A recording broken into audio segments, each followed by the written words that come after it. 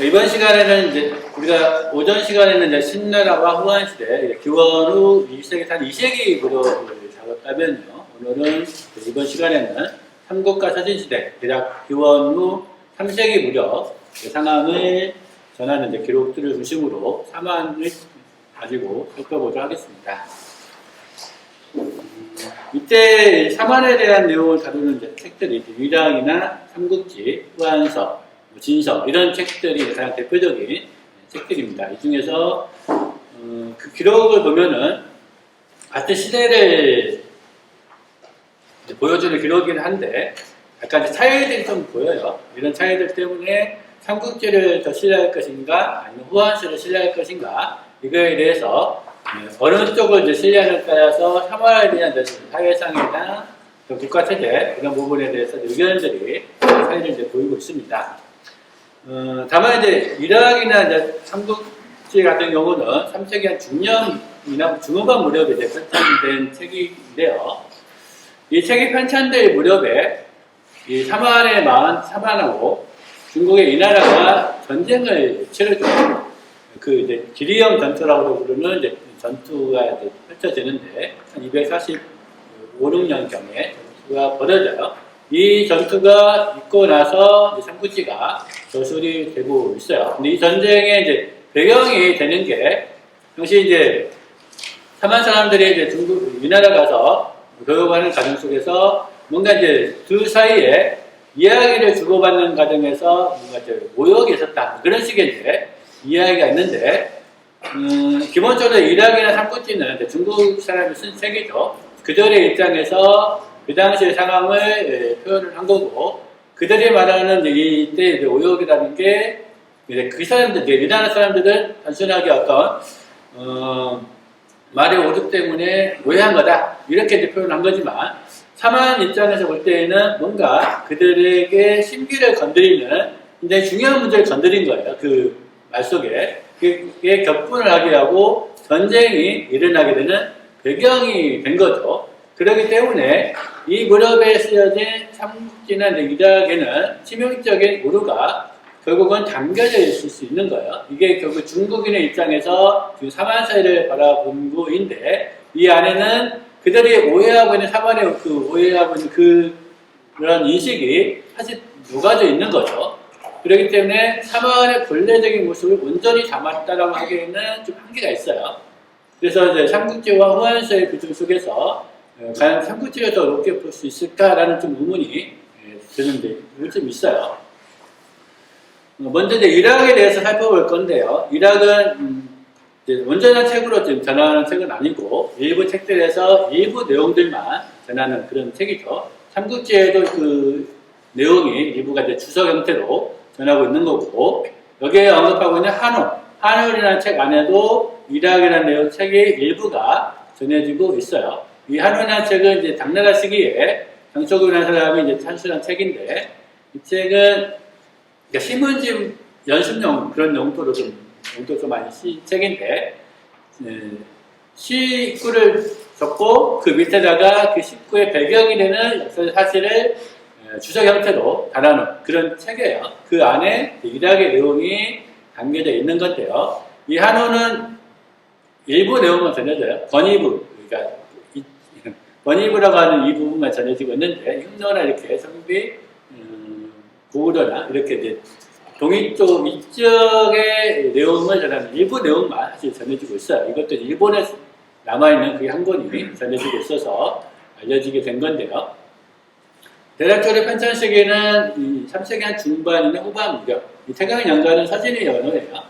그러니까 삼국시대라고 하는 게 이제 후한 말에 농민문기가 일어나가지고 후한이 결국 무너지고 삼국으로 나눠지죠. 그 유명한 삼국지의 그 삼국인데 그 삼국에 결국은 이제 위와 촉과 오로 나눠졌다가 그러니까 위나라에 신상했던 사마스의 후손이 결국 진나라를 세우죠. 그 진이 삼국을 통일을 해서 그게 서진이 되는데 태강은 이제 서진 시기의 연호예요. 그러니까 서진 초무렵 또는 삼국시대에 편찬됐을 걸로 추정되는 게 위락이고 삼국지는 이보다 좀 더 늦게 편찬된 걸로 보통 이해를 하고 있어요. 그리고 이락의 많은 내용을 담고 있는 삼국지주, 그거는 배종지가 남성 시기에 배종지가 편찬을 한 거죠. 다만 이제 아쉽게도 이 배종지가 이 삼국지주를 편찬하는 과정에서 이락의 일부 내용이 그 삼국지의 내용과 이제 이락 삼국지를 쓰고 그 삼국지 내용과 관련해서 일부 내용을 이제 주석으로 달았는데 이 주석의 내용과 삼국지 원문의 내용이 섞였다라는 이렇게 섞여서 섞인 부분이 좀 많다라고 얘기를 해요. 그러다 보니까 삼국지 안에는 일부가 이락의 내용이 좀 포함됐을 걸로 이렇게 또 이해하기도 해요. 그래서 이건 이제 삼국지의 이락에 있는 사만에 대한 내용을 좀 살펴볼 건데요. 이런 식으로 네 글자 이게 이제 시구를 지은 거죠. 시를 짓고 그 시와 관련된 역사 사실을 표현을 한 거예요. 이거는 아까 앞에 오전 시간에 봤던 동제에 대한 내용이 담겨져 있는 구절인데 원전형 구절로 보시면 한해에 대해서 설명하는 거죠. 한은 대방의 남쪽에 있고 동쪽과 서쪽은 바다로 있다. 내용이 있고 그 다음에 한해는 마한과 진안과 변진이 있는데 진안은 진국이다. 이런 표현이 있어요. 이 진안 고지진국이라는 표현이 후한서에는 사만이 모두 진국이다 이렇게 되어 있어서 좀 차이가 보이고 있죠. 삼국지도 이락과 똑같이 진안이 진국이다 이렇게 되어 있는데 후한서는 좀 다르게 삼국이 모두 그러니까 진안만 진국이냐 아니면 삼국이 진국이냐 이런 의미가 좀 담겨져 있는데 근데 진안 고지진국은 두 가지로 해석해 볼 수가 있어요. 이거는 진안만 내 진국이다 이렇게 해석할 수도 있지만 진안은 내 친국이다 이렇게도 해석할 수 있는데 진안은 내 친국이라는 것은 진안 사람이 가서 자기를 소개하는 과정에서 우리는 내 친국이다 이렇게 설명을 하면서 다른 나라는 모르겠지만 진안은 확실하게 내 친국과 관련됐다 이런 의미로 받아들일 수도 있어요. 이거는 그러니까 진안만이 아니라 진안 역시 이런 의미로도 볼 수 있는 구절이기도 해요. 이 구절만 가지고 진안과 진국 이렇게 진안만 진국이다 이렇게 말하기에는 좀 한계는 있다고 생각하는데 어쨌든 이게 문헌사라는 게 한계가 있죠. 이게 번역을 어떻게 하느냐에 따라서 해석이 달라지는 거라서 그 다음에 이제 마는 그 서쪽에 있는데 그 다음 토착생을 하고 변호사도 하고 명포를 지었다 이런 내용이 있고 앞에서 봤던 동제에 대한 설명이 이어지고 있어요. 그 다음에 이거는 식구 하나마다 그 내용이 덧붙여져 있는 거라서 이락의 내용이 쭉 이어지는 게 아니라 단락단락으로 지금 소개가 되어 있어요. 두 번째는 이제 식표신지 도 목지라는 식구에다가 그 설명을 한 건데 간증에는 3만원 작비의 장수가 있고 간증을 두는데 큰 잔의 승지, 읍자 이렇게 하고 전체 56국이 있고 그 다음에 진앙은 목제국을 다스린다 라고 되어 있어요. 목제국의 하나의 나라처럼 표현되는 게 아니라 진앙의 고읍으로 표시된 거죠.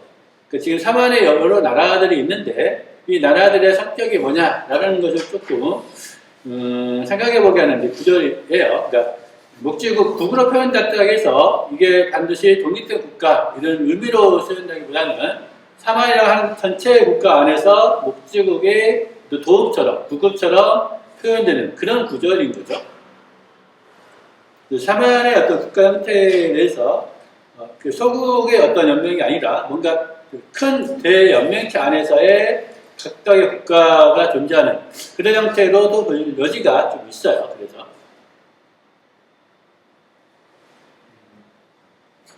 이거는 그 다음 구절 용문을 뭐 하려고 이게 편도 습속을 좀 얘기하는 건데 그러면서 이락에 있는 진안의 습속을 이야기를 지금 하고 있죠. 그래서 진안은 수를 타고 편도를 하고 그런 내용들이 있고요. 그 다음에 부뚜박신을 만들고 이런 내용은 이제 삼국지에도 이 내용이 그대로 적혀 있어요. 다음은 진안 사람들이 새 깃털을 장례 때 사용한다라는 내용을 가지고 지금 식구를 만든 건데 진안에 대한 내용이죠. 여기에 보면 이락의 구절에서 진안 사람은 항상 마한인으로 주인을 삼는다. 진안의 왕은 마한 사람이라는 의미예요. 이게 이제 삼국지에도 비슷한 구절이 있는데, 진안의 왕이 마한인이다. 어떤 의미일지. 약간 이제 이것 때문에 논란이 되는 거죠. 진안이 독립적으로 진한 사람을 왕으로 세우는 게 아니라 마한이 좀 연결이 됐다는 의미가 담겨져 있는데, 이게 이제 진안이 결국 사로국 진안이죠. 신라의 전신. 신라의 삼국사의 기록을 보면은 박씨, 석씨, 김씨, 최성씨가 왕위를 번갈아 가면서 왕이 되는 그런 현상을 살펴볼 수가 있는데요. 이 삼국지 저수 시기의 신라의 왕은 석씨 계통이에요. 그래서 여기서 말하는 진안의 마한이라는 게 석씨 계통으로 볼 수가 있는 여지가 좀 있어요. 다만 이제 진안서부터 마한이지 이제 박씨왕 같은 경우는 다를 수도 있고, 그런데 석씨 쪽은 조금 만개일 가능성이 있음을 보여주는 사례인 거죠. 이게 이제 저도 많이 이제 고민을 하다가, 무슨 말일까 하는 고민을 하다가, 몇 년 전에 최병현 선생님이 이 관련해서 글을 고강 논문했는데, 지난 자료를 분석하면서, 지난 쪽, 신라 쪽에는 그 기원을 논할 때, 서북한 쪽에서 들어오는 어떤 이만조선계뿐만 아니라, 전북 서북 쪽에는 만개 문화도 많이 영향이 있다. 그런 이야기를 좀 하더라고요. 그래서 그걸 볼 때, 그 전북 서부와 신라가 있는 뭐 대구, 경산, 경주 일대의 그 기원전 1, 2세기 무렵의 문화적인 어떤 연결성 때문에 그 만의 어떤 영향력이 초창기, 신라, 진안이 형성된 초창기에 영향이 좀 있었던 거 아닌가 하는 생각을 좀 가져봐요. 그게 이런 구절이 나오게 되는 어떤 배경이 되지 않을까라는 생각을 좀 가져봤어요. 그 다음에 오곡이 잘 있고, 뭐 견포가 있고, 소와 말을 타고 이런 내용도 있고, 그 다음에 남녀의 유별이 있고 이런 내용들이 이렇게 있는데, 기본적으로 진안의 풍습을 지금 잘하고 있는 거죠. 이 내용도 이제 삼국지에 보면은 이제 비슷하게 또 실려 있어요. 이것도 그리고 반영이 되어 있어요. 이런 내용에서 보시면 이제 전반적으로 한문에 실려 있는 이 일학의 특징을 좀 살펴볼 수가 있는데요. 한원에 지금 3한에 관련된 주문 중에서 일학과 후한세가 주로 정거로 이용되고 있어요. 그 중에서 일학은 4군데, 후한세는 7군데, 일학과 후한세 동시에 인용한 곳이 이제 한 군데가 있는데, 보면은 마한과 관련된 내용, 마한과 관련된 내용은 일학에서 아까 나왔던 마한 이 짧은 구절, 이 한 구절만 보이고요. 변제란과 관련된 거는 진안의 풍속과 관련된 내용이 좀 많이 언급이 되어 있죠. 그리고 3한에 마한, 진안 구분 없이 공통적으로 표현될 수 있는 구절이 또 있고, 여기서 볼 수 있는 거는 진안에 대한 내용이 많고 마한 내용이 거의 없다라는 게 특징이에요. 그리고 이 하론에는 후한서 내용도 정거로 인용되고 있는데, 후한서에 보면은 마한 내용이 많죠.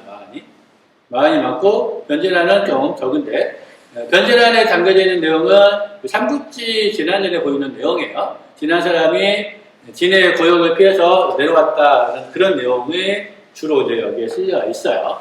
삼국지에 추가된 내용이 삼국지가 아니라 후한서 자료를 가지고 인용을 한 거죠. 그리고 사실 후한서보다 삼국지가 먼저 저술이 됐기 때문에 사료의 어떤 권위나 그런 걸 봤을 때는 후한서보다 삼국지를 인용했어야 되는데, 삼국지는 좀 인용이 안 되어 있죠. 삼국지는 이제 신라 백제전에 보면은 국가 언급할 때 잠깐 언급이 되어 있긴 해요. 그러니까 아주 인용이 안 되진 않았어요. 이런데 내용을 보면은 어떤 특징이 있냐면은 바로 일학. 일학의 내용이 주로 진안 쪽에 있다는 거죠. 마한 내용이 극히 드물다는 내용, 어떤 특징을 살펴볼 수가 있어요. 이런 걸 통해서 일학을 저술할 무렵에는 3한에 대한 정보는 마한이 아니라 진안 쪽에서 얻은 정보를 가지고 3한을 썼다라고 추정해 볼 수가 있는 거예요. 그러니까 일학의 3한제는 진안인의 입장이 반영된 것, 이렇게 볼 수가 있는 거죠. 그리고 삼국지 3한제 마찬가지로 기본적으로 일학의 내용이 많이 비슷한 게 있는데, 결국 그 내용이 같이 이제 이어지는 거죠. 그리고 삼국지에 보면은 이제 만의 풍습의 내용이 굉장히 많이 추가가 되어 있어요. 새롭게 추가가 된 내용은 삼국지에 담겨져 있는데 그 내용이 여기 다 빠져 있는 셈이죠. 그러니까 삼국지 만에 대한 내용은 위락과 삼국지가 편찬되는 시기 사이에 얻어진 정보를 가지고 삼국지 만전이 편찬이 됐다라고 볼 수가 있는 거죠. 근데 초기에는 마음보다는 진안에 대한 그러니까 진안을 통해서 얻은 정보. 그러니까 초기에는 이제 마음보다는 진안과 어떤 교류가 좀 있었던 걸로 볼 수가 있는데, 최소한 3세기 중력 이전 상황에서는 마음보다 진안이 좀 더 중국과 교류가 있었다. 이렇게 볼 수가 있는 거죠. 그러다 보니까 이락이나 삼국지는 어떤 사만을 바라보는 시각이 만 쪽 시각이 아니라 진안 쪽 시각이 반영될 여지가 굉장히 농후한 거예요. 이게 이제 전쟁의 원인이 될 수 있는 부분이 좀 있는 거죠.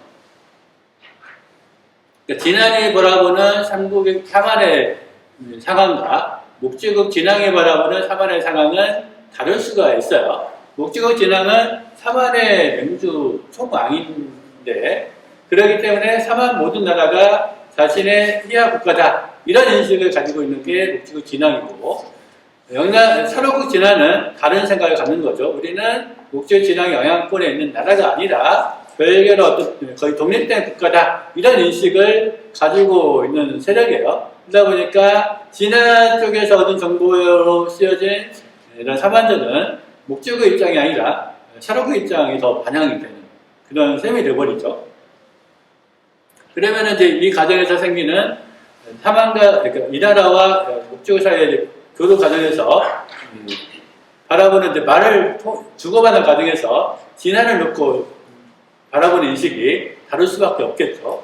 그러니까 사로국 진안 쪽에서는 독립되고 있으니까 이 사람들의 이야기를 들었던 이 나라 사람 입장에서는 이거 좀 마음과 별개로 생각하는 여지가 생겨버리는 거고 목지국 진안 입장에서는 그게 내전 간섭처럼 보일 수가 있어요. 이거를 진안을 따로 떼어서 생각해버리는 인식 자체가 그러다 보니까 격분할 수가 있는 거죠. 그 부분에서. 다음은 이제 삼국지와 이락. 삼국지와 이제 그 삼국지 안에 이락이 담겨져 있어서 같이 한번 살펴봤습니다. 시기적으로 이제 그러니까 서진초 3세기 후반 무렵에 기록된 걸로 추론을 하고 있는데요. 여기에는 이제 이락에 있는 내용도 있지만은 추가된 내용이 이제 많아서 이 추가된 내용은 그 이후 얻어진 뭐 군문서나 강국은 고구려 침략 이후에 어떤 획득된 정보, 특히 삼국지 외전 같은 데 보면은 정시현관 이후에도 기록이 조금 더 남아있어요. 그 이후 기록까지 어떤 새롭게 추가한 정보들을 활용했을 걸로 보고 있어요. 그러니까 이락은 좀 그 앞선 시기에 새롭게 자료를 전거를 통해서 쓴 건데, 그 전거가 이제 언제 거냐는 거는 조금 논란이 좀 있더라고요. 이런 시기 것이 있을 수도 있고, 조금 늦은 시기 것이 있을 수도 있어요. 그리고 삼국지가 또 쓰는 과정에서 이락의 일부를 채용하다 보니까 그 반영하는 시세상이 좀 더 빠를 수도 있고 늦을 수도 있고 이런 부분들이 생기는 거죠. 1세기 상황일 수도 있고 3세기 상황일 수도 있고 이게 막 뒤죽박죽 섞일 수가 있는 요소가 생겨요. 전거 자료의 특징 때문인 거죠. 네. 먼저 이제 본기의 내용인데요. 여기는 예맥에 대한 내용이 먼저 있어서 좀 정리를 해봤습니다. 영강 원년, 주원 후 220년, 그 다음에 226년에 예맥에 대한 내용이 있는데, 예맥과 부여와 원기, 우지 이런 나라들이 하신을 보내서 공무를 바쳤다는 내용이고, 이때까지는 좀 평온했던 것 같아요. 공무를 바친 거 보니까. 그 다음에 마찬가지 226년도 그렇고, 그러다가 한 234년이 되면은 고구려가 명당, 요동 이런 지역을 공격하기 시작하죠. 고구려 동천왕 시기에 해당되는데 그러면서 긴장 관계가 형성이 되고 결국 245, 6년에 이 나라와 고구려 사이에 전쟁이 벌어지면서 예맥과 한까지 그 전쟁의 여파가 실리게 되죠. 그리고 그 다음 경원 2년 기사는 그 이후 기리형 전투를 표현되는 그러니까 사만과 또 고구려와 조이와 전쟁 이후의 상황을 보여주고 있는 건데요. 261년에 가서 난나의 외인 한예맥이 내조했다. 뭐 그런 내용이에요. 이때 이제 화해 분위기가 드디어 이제 결정이 된 거죠. 한가 이때는 위나라니까 위나라 사이에 화해 분위기 그 전에 이제 전쟁으로 이제 불화했다가 한동안 이제 긴장 관계에 있다가 이때 와서 이제 한가 예명이나 이런 사이에서 중국 세력과의 긴장 관계가 좀 해소되는 그런 시기 이렇게 보시면 되겠어요. 그러면서 서진 때 가면은 이제 목표적으로 만이나 진압 쪽에서 많은 이제 사신들을 보내게 되는 거죠.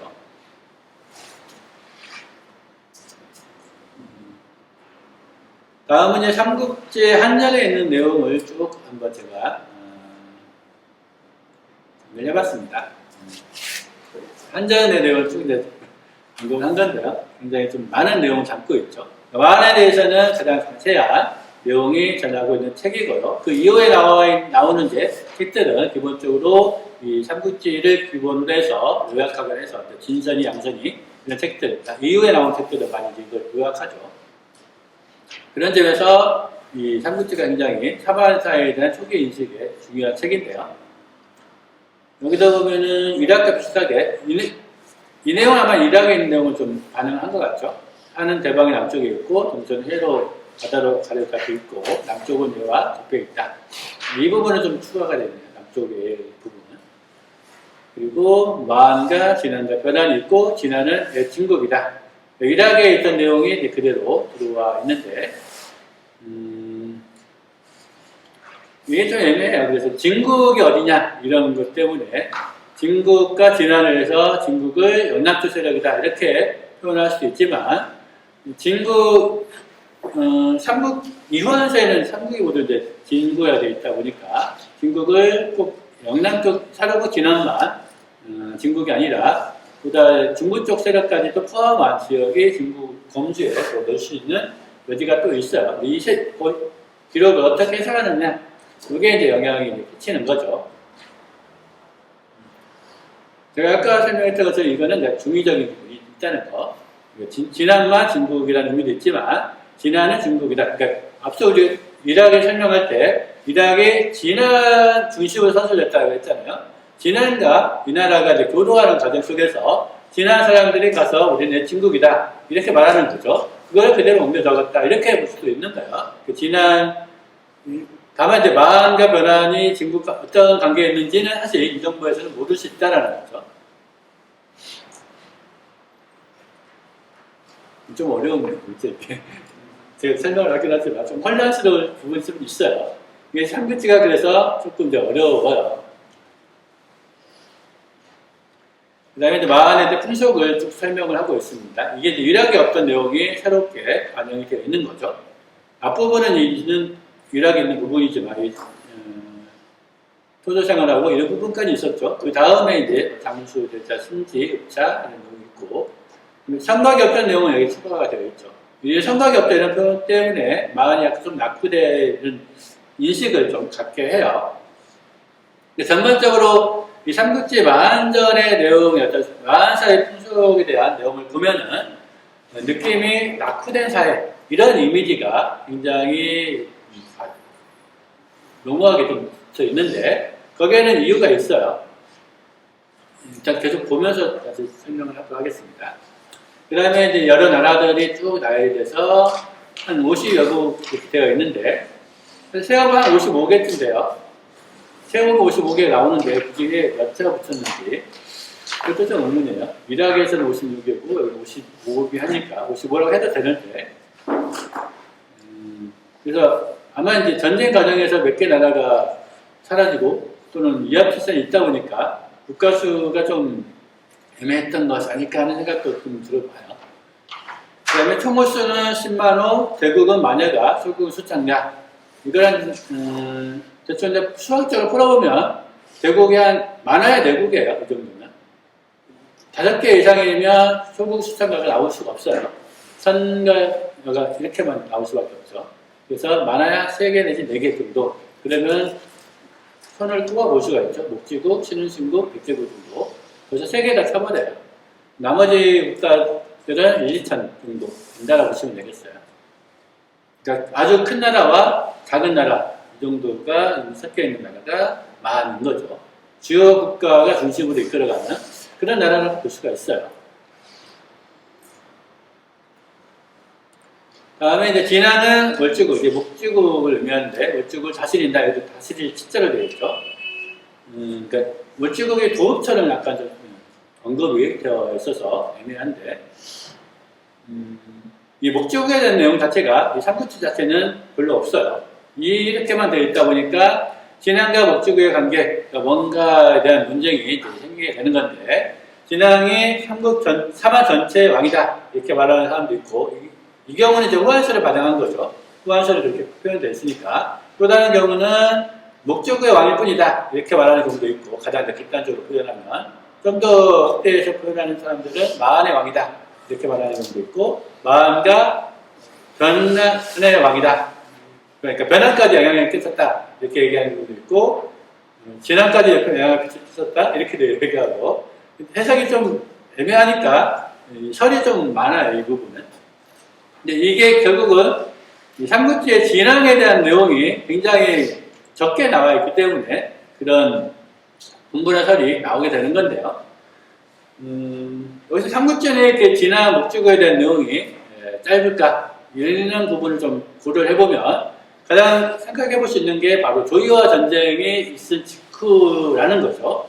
그 전쟁의 내용에 대한 글이 계속 이제 이어지면 나오는데 거기에 보면은 결국은 이 나라가 한을 멸했다라고 표현을 해요. 그러니까 이 나라에 의해서 한이 멸망했다라는 건데 실제로 이 나라의 영향력이 한쪽으로 왔다는 걸 보기에는 좀 어려운 부분이 있어요. 그러니까 결국은 최소한 그렇게 말했던 거는 한의 중심 국가였던 목주국, 이 목주국의 국업을 아마 이제 무너뜨렸기 때문에 그렇게 표현한 것이 아닌가라는 생각을 갖게 돼요. 그리고 실제로도 이 이후에는 목주국에 대한 기록이 안 나오는 걸 통해서 이 3세기 중반 무렵에 있었던 이 나라 전쟁으로 목주국의 영향력은 약화되고 백제로 이게 영향력이 넘어가는 그런 이제 과도기였던 거죠. 그러다 보니까 삼국지를 쓸 무렵에는 이미 목주국이라는 나라 자체가 유명무실한 국가든가 또는 없어졌던 국가 그런 나라인 거죠. 그래서 자세하게 쓸 필요가 없었던 거예요. 간단하게 이렇게 쓴 거죠. 그러다 보니까 삼국지를 중시하는 입장에서는 이 목주국이 이렇게 표현되다 보니까 삼한사회 전체를 설명하는 과정에서 삼한을 이제 여러 국가로 난립하는 그런 국가처럼 인식하게 되는 배경이 돼요. 그 다음에 계속해서 이어지는 문장에 신제가 혹은 우호를 더하는데 신은 견지고 안에 축집은 실내야 아블레 구여 진지격 이런 호가 있다. 5글자씩 그리면 신원국, 안야국, 신례국, 구야국이 돼요. 안야국, 구야국은 변진의 대표적인 국가이죠. 그리고 신원국은 신원신국이 있어요. 안에 50여 개 국가 안에 신원신국이 있어서 그 중에 대표적인 국가, 아까 제가 대국하면서 신원신국을 꼽은 게 바로 이 구절 때문에 신원신국을 꼽은 건데 대표적인 국가라는 거죠. 그 다음에 신례국은 만 50여 개 국가 명단에 사실 없어요. 여기에만 보이는 국가가 신례국. 경우에 따라서는 이제 분자 값을 끊어서 분신리로 해가지고 신분 보국으로 이걸 이해하는 경우가 있긴 한데 최근에는 5글자씩 끊어서 신례국 이렇게 부르는 경향도 있어요. 근데 5글자씩 끊어야 운이 맞는 거죠. 어쨌든 시기적으로 만의 국가를 나열했던 그 시기하고 이 우호를 나열했던 시기하고 좀 차이가 있다고 보는데 그게 이제 구야국에 대한 글자가 변진에 나오는 구야국의 글자는 이쪽 밑에 개 글자를 썼고요. 여기서는 구속갈 글자를 썼죠. 다른 글자를 썼어요.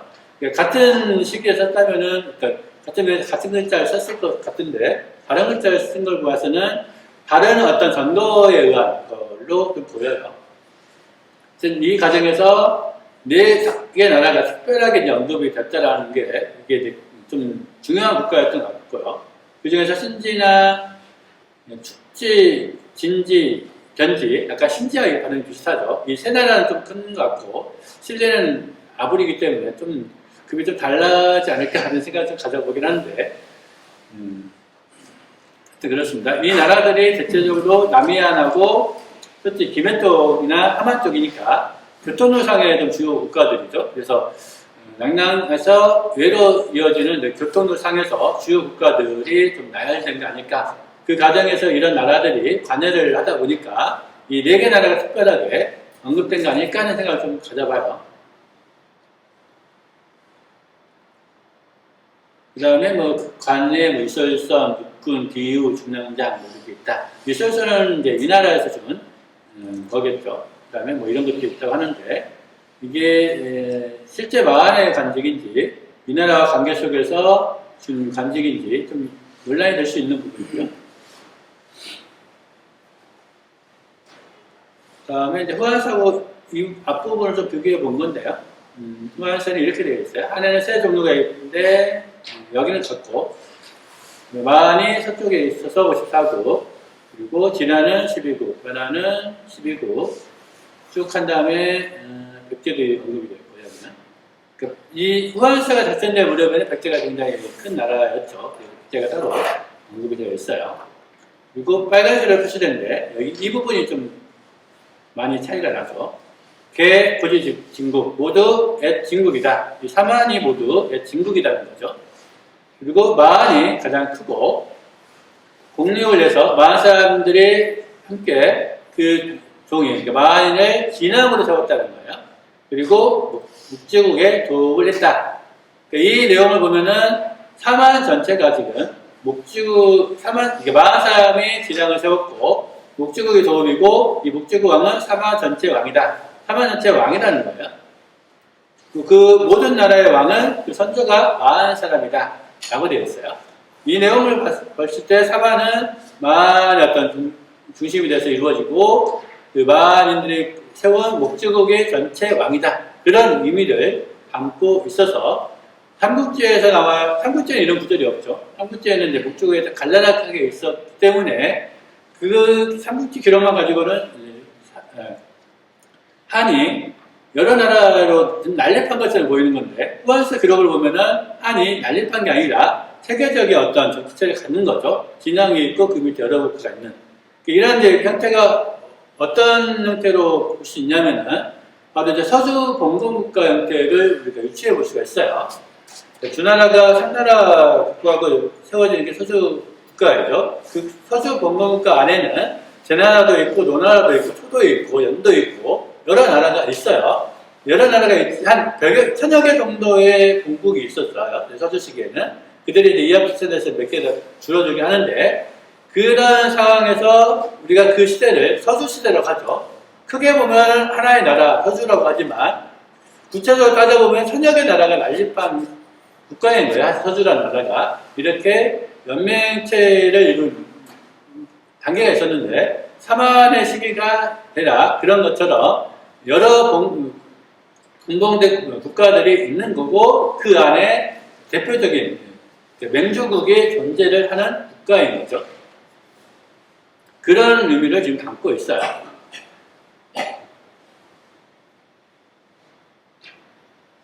그러니까 이게 이제 하늘 바라보는 이제 관점이 후한서를 따지냐 삼국지를 따지냐에 따라서 달라지게 되는 큰 이제 배경이 돼요.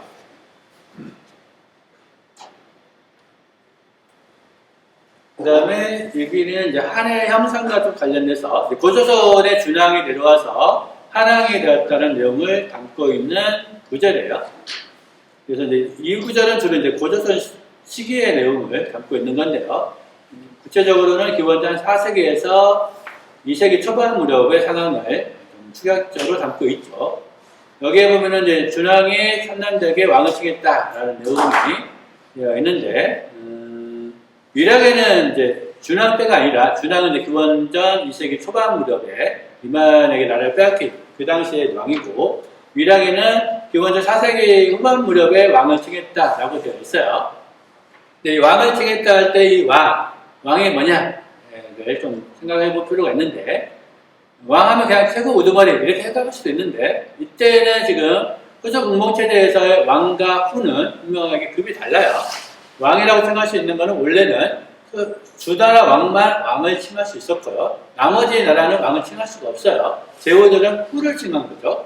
그러다가 기원전 4세기에 이르면 이미 이제 이런 여러 주요 국가들이 성장하면서 이미 주나라 왕의 권위는 유명무실화가 돼버려요. 그래서 다른 나라들이 우리도 이제 왕이다 해가지고 서로 왕을 칭하게 되죠.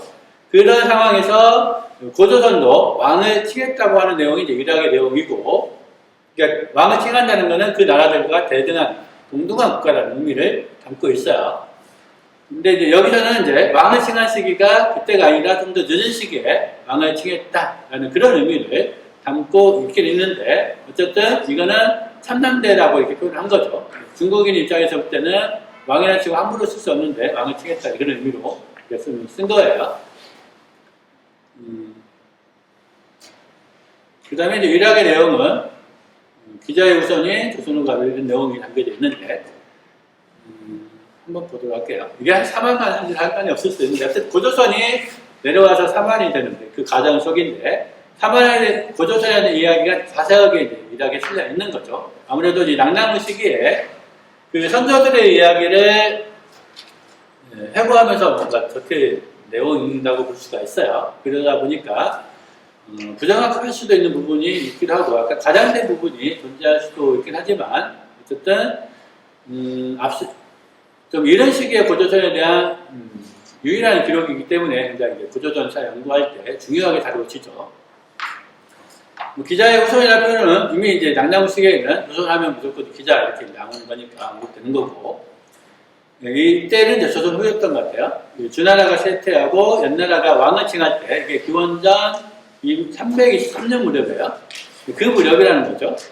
연나라가 이제 동쪽을 치려고 하니까, 그러니까 조선을 치려고 하니까, 조선도 여기에 맞서서, 원래 후였는데, 연과 마찬가지로 왕을 칭하고, 그러니까, 연이 이제 왕을 칭하니까, 조선도 왕을 칭한 거예요. 우리도 너희 나와 같은 급의 나라다 하면서 왕을 칭한 거죠. 그래서 군사를 일으키고, 연과 싸우려고 했다가, 이때 이제 내세운 명분이 주실을 존중한다, 뭐 그런 명분을 내세우는데, 주왕을 존중하겠다. 당시 지금 이제 전국시대 여러 국가들이 주왕을 무시하고 각 나라들이 왕을 칭했죠. 그게 이제 주를 무시하는 행위죠.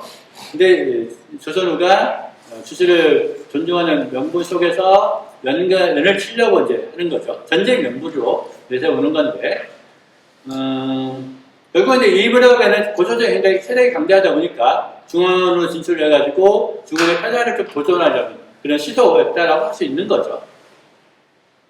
그때 이제 대부 예가 이제 간을 해가지고 멈추고, 전쟁까지 가지 않았다라는 거고요. 그 이후에 이제 그 후손이 때 이르러서 연나라 장수 이제 교확해지니까 좀 연나라가 거기서 전쟁을 일으킨 거죠. 진계라는 장수를 보내서 서방의 이천리를 뺏었다. 고조선이 이천리에 해당되는 지역을 뺏겼다는 의미로 이제 볼 수가 있어서, 그 이전에 고조선의 강이 굉장히 넓었다 이렇게 이제 많이 이제 이해를 하죠. 이 구절이 사기 흉노열전이나 영철론도 이제 비슷한 내용이 담겨져 있는데, 흉노열전에서는 동호의 일천리를 뺏은 걸로 언급이 되어 있고요. 영철론에서는 동호의 일천리를 뺏은 다음에 다시 요동을 건너서 조선을 친 걸로 언급이 되어 있는데, 위락에는 그러니까 지금 동호에 대한 내용은 빠지고 조선이 이천리를 뺏겼다 이렇게 되어 있어서, 구체적으로 이게 어떤 관계냐, 아까 논란이 되는데, 이 이천리 안에 동호에게 빼앗은 이천리가 포함됐다고 말하는 경우도 있고, 별개다라고 말하는 경우도 있어요.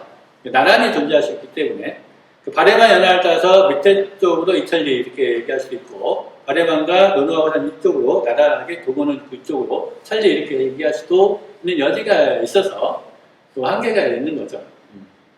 어쨌든 이천리라는 표현 때문에 구조선의 이 무렵, 기원 4세기 무렵에는 굉장히 넓은 영토를 지닌 국가였음을 좀 보여주는 거죠. 그리고 만번한을 경계로 삼았다 해서 했고, 이 전투가 이제 결국 조선이 약해지는 이제 배경이 됐다라는 걸 얘기를 하는 거고요. 만번한의 위치도 이제 논쟁이 되죠. 그래서 이 만번한이 한반도 안에 있느냐, 아니면 요동반도 쪽에 있느냐, 논쟁을 통해서 그에 따라서 어디로 보냐에 따라서 고조선의 강력이 좁게 볼 수도 있고 넓게 볼 수도 있는 여지가 있는데, 최근에는 이제 요동반도의 중간을 흐르는 그러니까 중간에 가로지르는 천상함맥 정도를 완번한 정도 좀 봐요. 아무래도 이제 당시 중국은 이제 전차를 이용한 그런 전법이었기 때문에 천산을 넘어가면 이제 산지죠. 산이 많다 보니까 전차 부대가 진격하기엔 한계가 있어요. 그래서 옆나라가 진격을 쉬운 요와 요 평원까지 진격을 한 게 아닌가 뭐 이렇게 많이 또 얘기를 하죠. 그 다음에 진나라 시기에는 진에 병합되어 있다가 이때 이제 진나라가 요동에 이르고 조선이 아마 북쪽이 되었던 것 같아요. 그래서 여기 보면은 이 북쪽된 이유가 진의 습격을 두려워해서 북쪽을 했는데 다만 조회를 하지 않았다고 그랬어요. 그러니까 형식적으로 이제 북쪽이 되는 거죠. 다만 이제 중국 기록에서는 조선을 북쪽한 걸로 표현이 되어 있어요. 당시 뭐 진나라는 중원 천하를 이제 통일한 굉장히 강대한 군사력을 가진 국가였기 때문에 대적할 수 있는 나라가 없죠. 주변에 있던 여러 나라들이 사실 진에 불복하는 그런 상황이고 고조선도 뭐 그런 상황이었다. 그 정도로 이제 이해할 수가 있는 구절이죠. 그 다음에 이제 부왕이 죽고 아들 준왕이 서서 이걸 통해서 보통 이제 우리가 고조선이 이제 부자 세습이 있는 그런 나라들 이해하죠. 그리고 한 20년 지나서 사실 20년이 아니에요. 정확히 따지면 10몇 년 정도 되는데 그러니까 요동에 장성을 쌓는 거는 진이 통일한 건 221년이고 기본전 요동에 장성을 쌓는 건 한 215년 경이고 진이 멸망한 건 한 209년 무렵이에요. 20여 년은 사실 정확한 표현은 아닌데 대략적으로 이제 훗날에 이제 기억을 더듬어서 얘기하다 보니까 대략적으로 표현을 하고 있어요. 진승과 항우가 공개하면서 진나라가 공개될 무렵에 많은 사람들이 이제 고조선으로 왔죠. 그리고 그런 사람들을 준왕이 서방에다가 이제 살게 했다는 그런 내용이 있어요. 계속해서 이제 이어지는 내용이 한나라의 이제 노관이 그러니까 진이 멸망하고 한나라가 세워지죠. 그때 이제 한나라를 세워 한고조 유방의 같은 고향 친구였던 노관을 연하게 봉했어요. 그 연하의 고조가 살아있을 동안에는 어쨌든 잘 지냈는데 그 한고조 시기에 보면은 유시성이 아닌 이성제왕들 제거하는 그런 일들이 있다 보니까 노관도 굉장히 불안에 떨죠. 그러다가 한고조가 이제 죽자 결국 망명을 해요. 그때 흉노로 망명을 했을 때 노관 그러니까 이만도 망명을 해 오는데 그 이만이 망명해 온 시기가 지금 진나라 붕괴 무렵 그 혼란기가 아니라 한나라 성립 이후 한 10년 정도 지난 이후에 라는 점에서 좀 차이가 있는 거죠. 그래서 뭔가 이제 노관하고 관련이 있을 거라 이렇게 얘기하는 사람도 있고 연나라 지역에서 한쪽에 있었던 세력이다 이렇게 보는 사람도 있고 그런데 어쨌든 그 무렵에 이제 와서 준왕에게 나와서 지금 준왕에게 와가지고 신하가 된 그런 내용을 담고 있어요. 이때 보면은 이제 건넌 강을 추수로 표현을 하고 있어요. 사기 열전에는 패수로 되어 있는데 여기는 글자를 좀 바꿔서 다른 글자를 쓰고 있죠. 그래서 아마 이제 이런 현상들이 영철론도 좀 그렇고 영철론도 패수를 조개패자 패수가 아니라 시자 패수로 바꿔서 적고 있어요. 그리고 전환기에서는 요수로 바꿔 적고 있어서 이 당시에 이제 패수가 당시에 이제 낙랑군의 패수현이 있어요. 조개패자 패수는 패수현이 있다 보니까 이 패수와 구분하기 위해서 초기 고조선 이만조선과 한일 경계가 됐던 패수를 좀 다른 글자로 생각하니까 이런 생각을 좀 가져봐요. 그런 내용이 있고 그리고 어쨌든 핵심은 이만이 본래는 고조선 준왕의 신하였다라는 거예요. 이 내용이 사기 조선 열전은 없는데 위락에는 포함이 되어 있는 거죠. 그런데 이 신하였던 이만이 반란을 일으켜서 준왕을 몰아냈다는 내용이죠. 이게 이제 후대에 고려나 고려 후기나 조선시대에 와서 이만에 대한 평가를 굉장히 이제 박하게 평가를 하게 되는데요. 그 가장 큰 이유가 바로 신하였던 이만이 그 주군인 준왕을 몰아냈다는 거예요. 반란을 일으켜서 몰아냈다는 것 때문에 굉장히 이만을 박하게 평가를 해요. 다만 삼군 유사는 좀 다르게 평가를 하는데 삼군 유사는 그런 평가를 하지 않고 이만이 조선을 세운 내용만 있어요. 그리고 이 위락에 대한 내용, 이만이 준왕의 신하였던 내용을 다 빼버려요. 삼국유사에는. 고조선은 왕명이 와서 전혀 왕이 된 것처럼.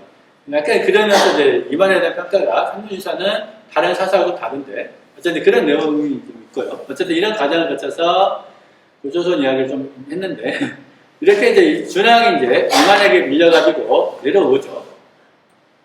그 내용이 이제 계속해서 이어지고 있어요. 삼국지에는 이런 내용이 있죠. 그 좌우했던 국민을 거느리고 바다로 들어가서 한에 가서 한항을 치겠다. 이런 내용이 있고요. 그 다음에 이락에 이어서 그 아들과 신족들은 나라에 머무른 자, 그러니까 이만조선에 머물렀던 사람을 의미하죠. 그 사람들은 이로 인하여 한 성을 한시로 칭했다는 내용이에요. 이로 인한 그 배경이 사실 이 이락의 구절에는 없는데, 사실 이 앞에 있는 내용이죠. 준왕이 내려와서 한항을 칭한 게 사실 원인인 거예요. 그거를 배경이 돼서 그 이만조선에 남아있던 친족들이 한시를 칭했다라는 거죠. 낭랑에 있는 그 벽돌이나 명문자를 보면 한시성을 가진 인물들이 많이 보여요. 그런 사람들이 고조선 왕족 계통의 성씨라는 걸 좀 알 수 있는데, 여기서 이제 계속해서 이어서 구조를 보면은 준왕이 이제 해중에 거하면서 조선과 왕래하지 않았다라고 되어 있어요. 이 구절과 준왕의 지금 후손들이 한시를 칭했다는 구절과 이 내용이 내용이 좀 안 맞는 거예요. 왜냐하면 이제 왕래를 하지 않았으면은 준왕이 한양이 됐다는 사실을 어떻게 알았을 것인가라는 거죠. 이것 때문에 이제 논란이 돼서 이미 한시를 칭한 것은 그 이전부터다 이렇게 얘기도 하고, 실제 왕래가 일어났던 건 아니다 이런 이야기도 하긴 하는데, 왕래의 가능성이 아주 없지는 않은 거죠. 지금 왕래를 하지 않은 것은 이만조선과 왕래를 하지 않은 거예요. 이만조선. 이만조선을 피해서 그 조선에 포함됐던 여러 세력 중에 원래 자기 신조 집단에 해당되는 그런 세력들, 원래 고조선 세력과 교류할 수 있는 거죠. 한두 번 정도 왕래를 통해서, 준왕이 한으로 내려와서 한양이 되었다라는 소식이 전해질 수가 있는 거예요. 그렇기 때문에 이걸 무조건 이제 부정적으로 볼 여지는 아니고, 이거를 긍정적으로 볼 수가 있고요. 그래서 이 한시를 칭한 내용, 이걸 통해서 실제로 한양이 됐다는 내용을 우리가 역으로 또 유추해 볼 수가 있는 거죠. 그러니까 준왕이 한양이 됐다는 내용 자체를 부정적으로 볼 수 있는 게 아니라 실제로 한양이 됐다, 이렇게 인식을 할 수 있죠. 그리고 이 준왕이 내려온 지역으로는 이제 전북 익산 일대, 익산이 금마군이죠. 금마군에 대한 기록에 보면은 굉장히 오래 전부터 금마는 이제 준왕이 내려왔다라는 기록이 전해져요. 특히 고려 후기부터 나와 있는 이제 지리지에 보면은 그런 내용들이 이제 많이 보이고 있죠. 그 이전에는 이제 지리지 내용 자체가 이제 많이 없었다 보니까 전해질 여지가 좀 없었던 거고요. 고려시대에 보면은, 고려시대는 모든 지역의 지방간을 파견하지 않아요. 일부 지역에만 지방간을 파견을 했어요. 그러다 보니까 각 지역의 소식이 온전하게 중앙에 다 알려져 있지 않고요. 이게 이제 지방에 있는 전승에 내는 것들이 많이 이제 알려지는 시기는 우리 후기예요. 후기쯤에 가면은 지방간 파견이 많이 이루어지고, 또 가결을 통해서 지방에 있는 사대부들이 관리가 되는 경우들이 많이 생기죠. 고려 초에는 이제 귀족들이 주로, 몽골 귀족들이, 주요 몇몇 가문들이 정계를 주로 잡았다면, 무신 정계를 거치면서 그러니까 중앙정계에 집중하는 사람들이 늘어나죠. 그러면서 각 지역의 소식들도 많이 이제 전해지면서 고려의 그러니까 각 지역에서 전해진 전승이 많이 알려지는데, 그런 이제 고려 후기 기록에 보면은 익산 일대에 준왕이 내려왔다라는 기록이 많이 있어요. 특히 그 익산 쪽에서는, 익산은 이제 백제시대 무왕 천도였던 그러니까 무왕이 천도를 하게 기회를 했다든가, 또 실제로 이제 어느 정도 궁성을 세웠다는 그런 내용들이 좀 전해지는 곳이죠. 그리고 실제로 익산에서 쌍릉이 발견이 돼서 그 쌍릉의 주인이 무왕이다, 이런 이제 굉장히 이제 설득력 있게 지금 이제 얘기가 되고 있는데, 그 쌍릉이 원래 백제 무왕의 무덤으로 알려진 건데, 익산에서는 이 무덤을 마한 무가왕의 무덤이다, 이렇게 좀 전해져요. 그러니까 백제왕의 무덤인데 마한왕의 무덤으로 알려지는 그런 상황이죠. 그만큼 이 익산 일대라고 하는 지역은 백제보다도, 백제왕마저도 마한왕으로 바꿔버릴 정도로 마한 의식이 좀 더 강한 지역인 거죠. 그러면서 이제 준왕 남녀에서 이 지역에 굉장히 오랫동안 전승이 되어지는 건데, 그게 이제 이 지역에 준왕이 실제로 내려와서 세력을 떨치다 보니까 이 후손들이 몰락을 했어도 일부가 남아서 전승이 전해지는 거죠. 어쨌든 이제 준왕의 남내에서 한왕이 되었다. 그러니까 한이 처음으로 한이라고 하는 나라로 정리되는 그런 시점이라고 할 수 있어요. 그 다음에 그 후손이 근데 계속 이어지는 게 아니라 절면, 끊어졌다는 거죠. 끊어지고 지금도 한인 중에서는 그를 받들고 제사드리는 사람은 있다. 그러니까 준왕의 후손이 끊어졌다는 거예요. 이게 삼국지에서는 끊어진 내용까지만 있고, 후한서에서는 끊어진 이후에 목지구 진왕에 들어선 내용이 이어지고 있어요. 그러니까 실제로 한왕의 후손이 끊어지게 만든 주체는 목지구 진왕일 거라고 볼 수가 있어요. 그러니까 이 시기가, 그러니까 준왕의 한왕이 지배하는 시기가 이제 한왕조라고 이렇게 분류해 볼 수가 있고, 그러니까 한이 좀 변화가 있는 거예요. 그러다가 목지구 진왕의 중심이 되는 시기로 바뀌게 되는 거죠. 이 시기가 이제 중간에 있는 건데, 이거를 간단하게 그 절멸로 표현을 하고 있는 거죠. 다만 그 후손이 완전히 사라진 건 아니고 일부가 남아서 제사를 받드는 데가 있다라는 거죠. 이게 이제 남아 있었기 때문에 익산에 계속해서 준왕 전승이 전해질 수 있는 배경이 될 수 있다라고 볼 수 있어요. 아마 이제 세력이 약화되긴 했지만 일부 남다 보니까 좀 남은 것 같죠.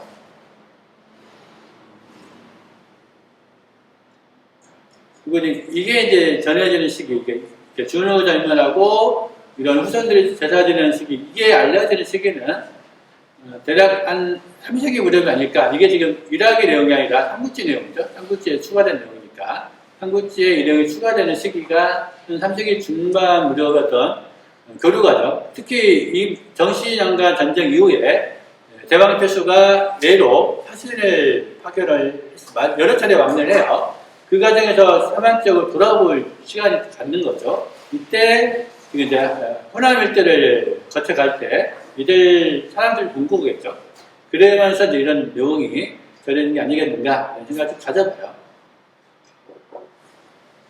저는 이제 이 변화의 시기는 한 1세기 초반, 삼국시작의 백제본기에 보면은 문조왕 쪽 교원 한 9년 무렵인가, 그 무렵에 백제 원조왕이 마한을 정복한 내용이 이제 전해지는데, 이 백제 왕의 실제는 이제 목지국과 관련된 세력이다라고 저는 생각하고, 이 무렵이 대략적으로 한왕에서 목지국 진왕으로 왕조의 어떤 교체가 있는, 다만에 전체 왕이 명주가 변화한 시기가 그 무렵이 아닐까 이렇게 생각을 해봐요. 그러니까 명주가 변화하는 시기가 몇 번 있는 거예요. 사만 사회 자체가.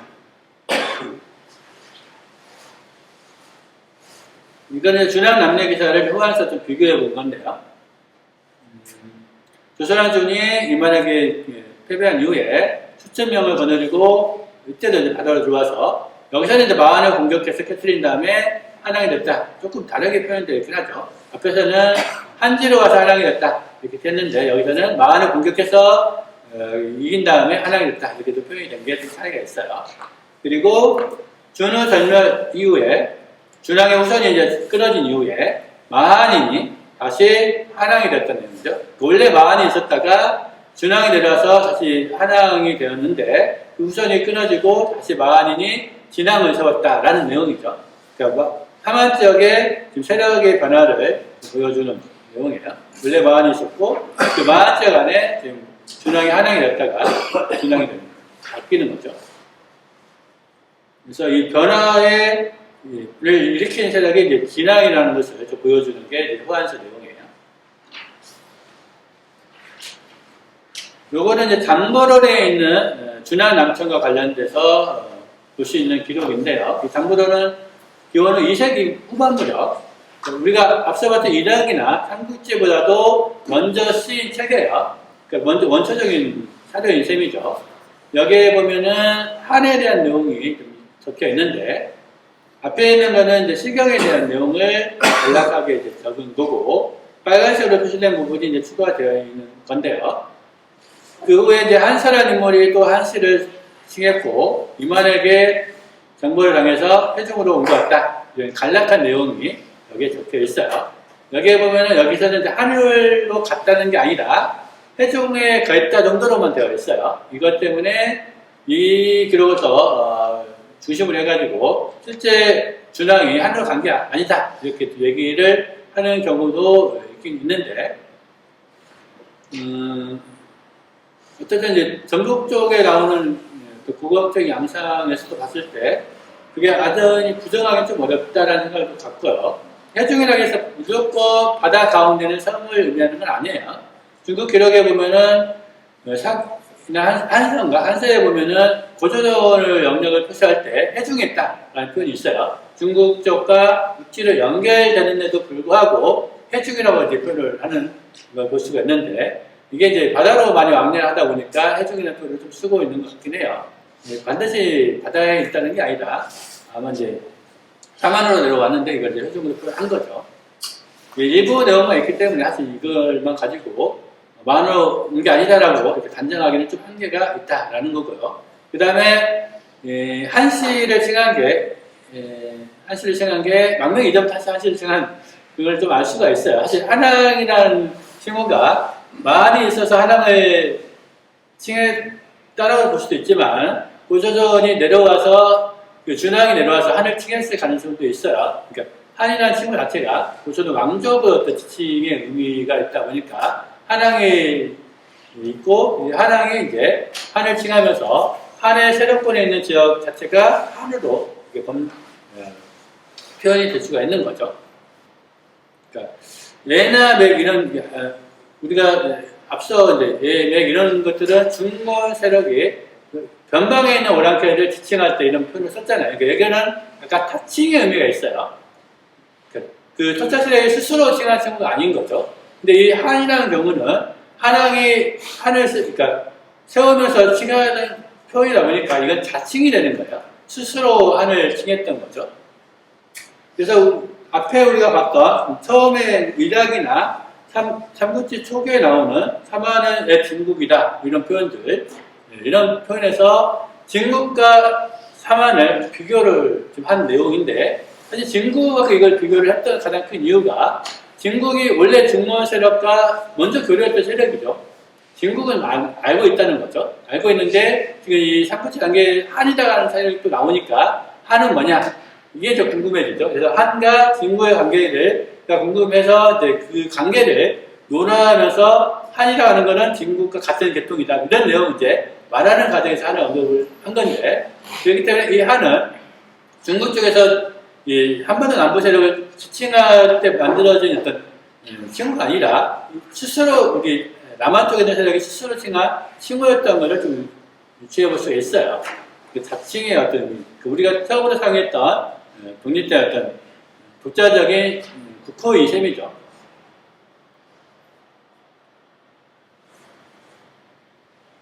그 다음에 이거는 박물지에 있는 기록인데, 이거는 서술시기 기록이에요. 여기도 좀 다르게 좀 표현이 되어 있어서, 다만 이 박물지라고 하는 책은 이제 전승 과정에서 이제 오탈자가 이제 좀 많아서 중간 내용이 좀 빠진 느낌을 주고 있어요. 기자가 조선에 와서 뭐 조선이 연을 치고, 그 다음에 뒤 조선인데 이 중간 부분 연을 쳤다는 내용과 조선으로 갔다는 내용 사이가 뭔가 문장이 더 있어야 맞는데 좀 빠져있는 느낌을 주죠. 어쨌든 이 뒤에 보면은 망명을 해서 바다로 들어가서 삼국이 됐다 이런 표현이 있어요. 그러니까 조선의 후손이 바다로 들어가서 삼국, 이게 선이 이제 한을 의미를 할 수도 있고 조선국의 약자일 수도 있고 있는데, 내용만 갖고는 좀 이제 구체적으로 뭔지는 알기 좀 애매하긴 해요. 다음은 같은 내용인데 이제 후한서에 삼국지에 있는 후한식이 계속해서 후한의 역사를 설명하고 있는데요. 이제 후한말 이후, 그러니까 지금 2세기 후반 이후에 상황을 계속해서 살펴보도록 하겠습니다. 여기 보면 이제 환영지말, 그러니까 환제와 영제 후반 무렵, 이 시기 후반이죠. 이 시기 후반, 후반도 지금 이 시기가 되면은 이제 사회가 혼란스러운 그 시점인데, 일본적 많이라고 하니까, 이때 한과 애가 강성이 해서 9년이 이제 제대로 이제 대화를 못하니까 많은 백성들이 한국으로 갔다. 이런 표현이 있어요. 여기 보면 한국이라는 표현이 몇 번 나와요, 사실. 우리가 보통 사만 하는데, 실제로는 사만이 하나, 셋으로 나눠져 있는 게 아니다. 하나의 한인 거죠, 사실. 그래서 한국이라는 표현을 몇 번 볼 수가 있어요.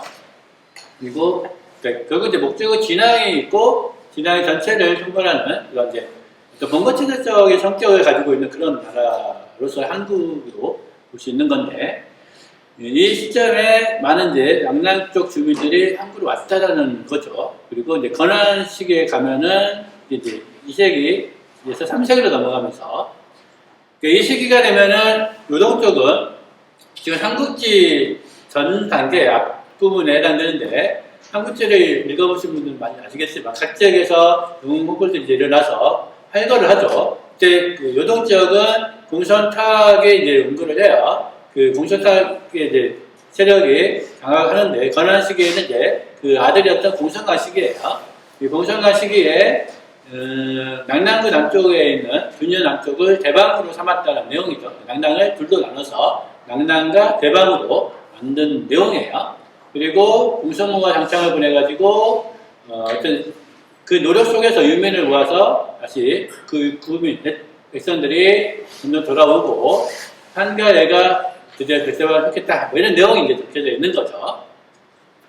여기에 보면은 처음에 여기 한량지 마을에 많은 이제 주민들이 유입을 했다고 해서 백성들만 넘어간 것처럼 사실 그런 표현처럼 보이긴 하는데 이 뒷구절을 보면은 구민들이 다시 돌아왔다라는 내용이 또 있어요. 그래서 일부 주민들이 다시 돌아왔다 그런 내용인데 구체적으로 보면 사실 영토가 일부가 빠져나갔다는 생각이 좀 들어요.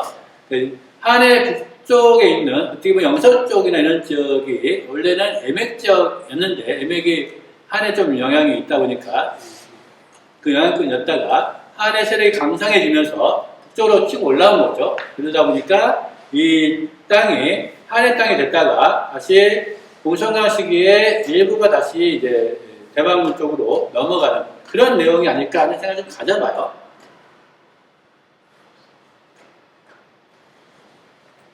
그 다음에 이제 경처연간, 이 경처연간이 이제 한과 이 나라의 교역이 굉장히 성행했다라는 것을 좀 보여주는 기사인데, 사실 앞에 내용과 관련해서, 그 앞에 내용에 지금 건한연간에서 공성강 시기에 애완이 대방에 북돋되는 배경이 군사적으로 어떤 그걸 통해서 이루어지는 게 아니라 뭔가 이제 많은 물품들을 주면서 유혹했던 게 아닌가 하는 생각이 좀 들어요. 그러다 보니까 애완이 이제 중국 공설시 세력에게 좀 찾아갔고 경천연간에도 막 그런 현상이 이어지는 거 아닌가 하는 생각이 드는데 이 경천연간은 요동 일대 상황이 이제 요동에 있던 공설시 세력이 이제 몰락을 하고 이 나라가 그 지역을 차지한 시기예요.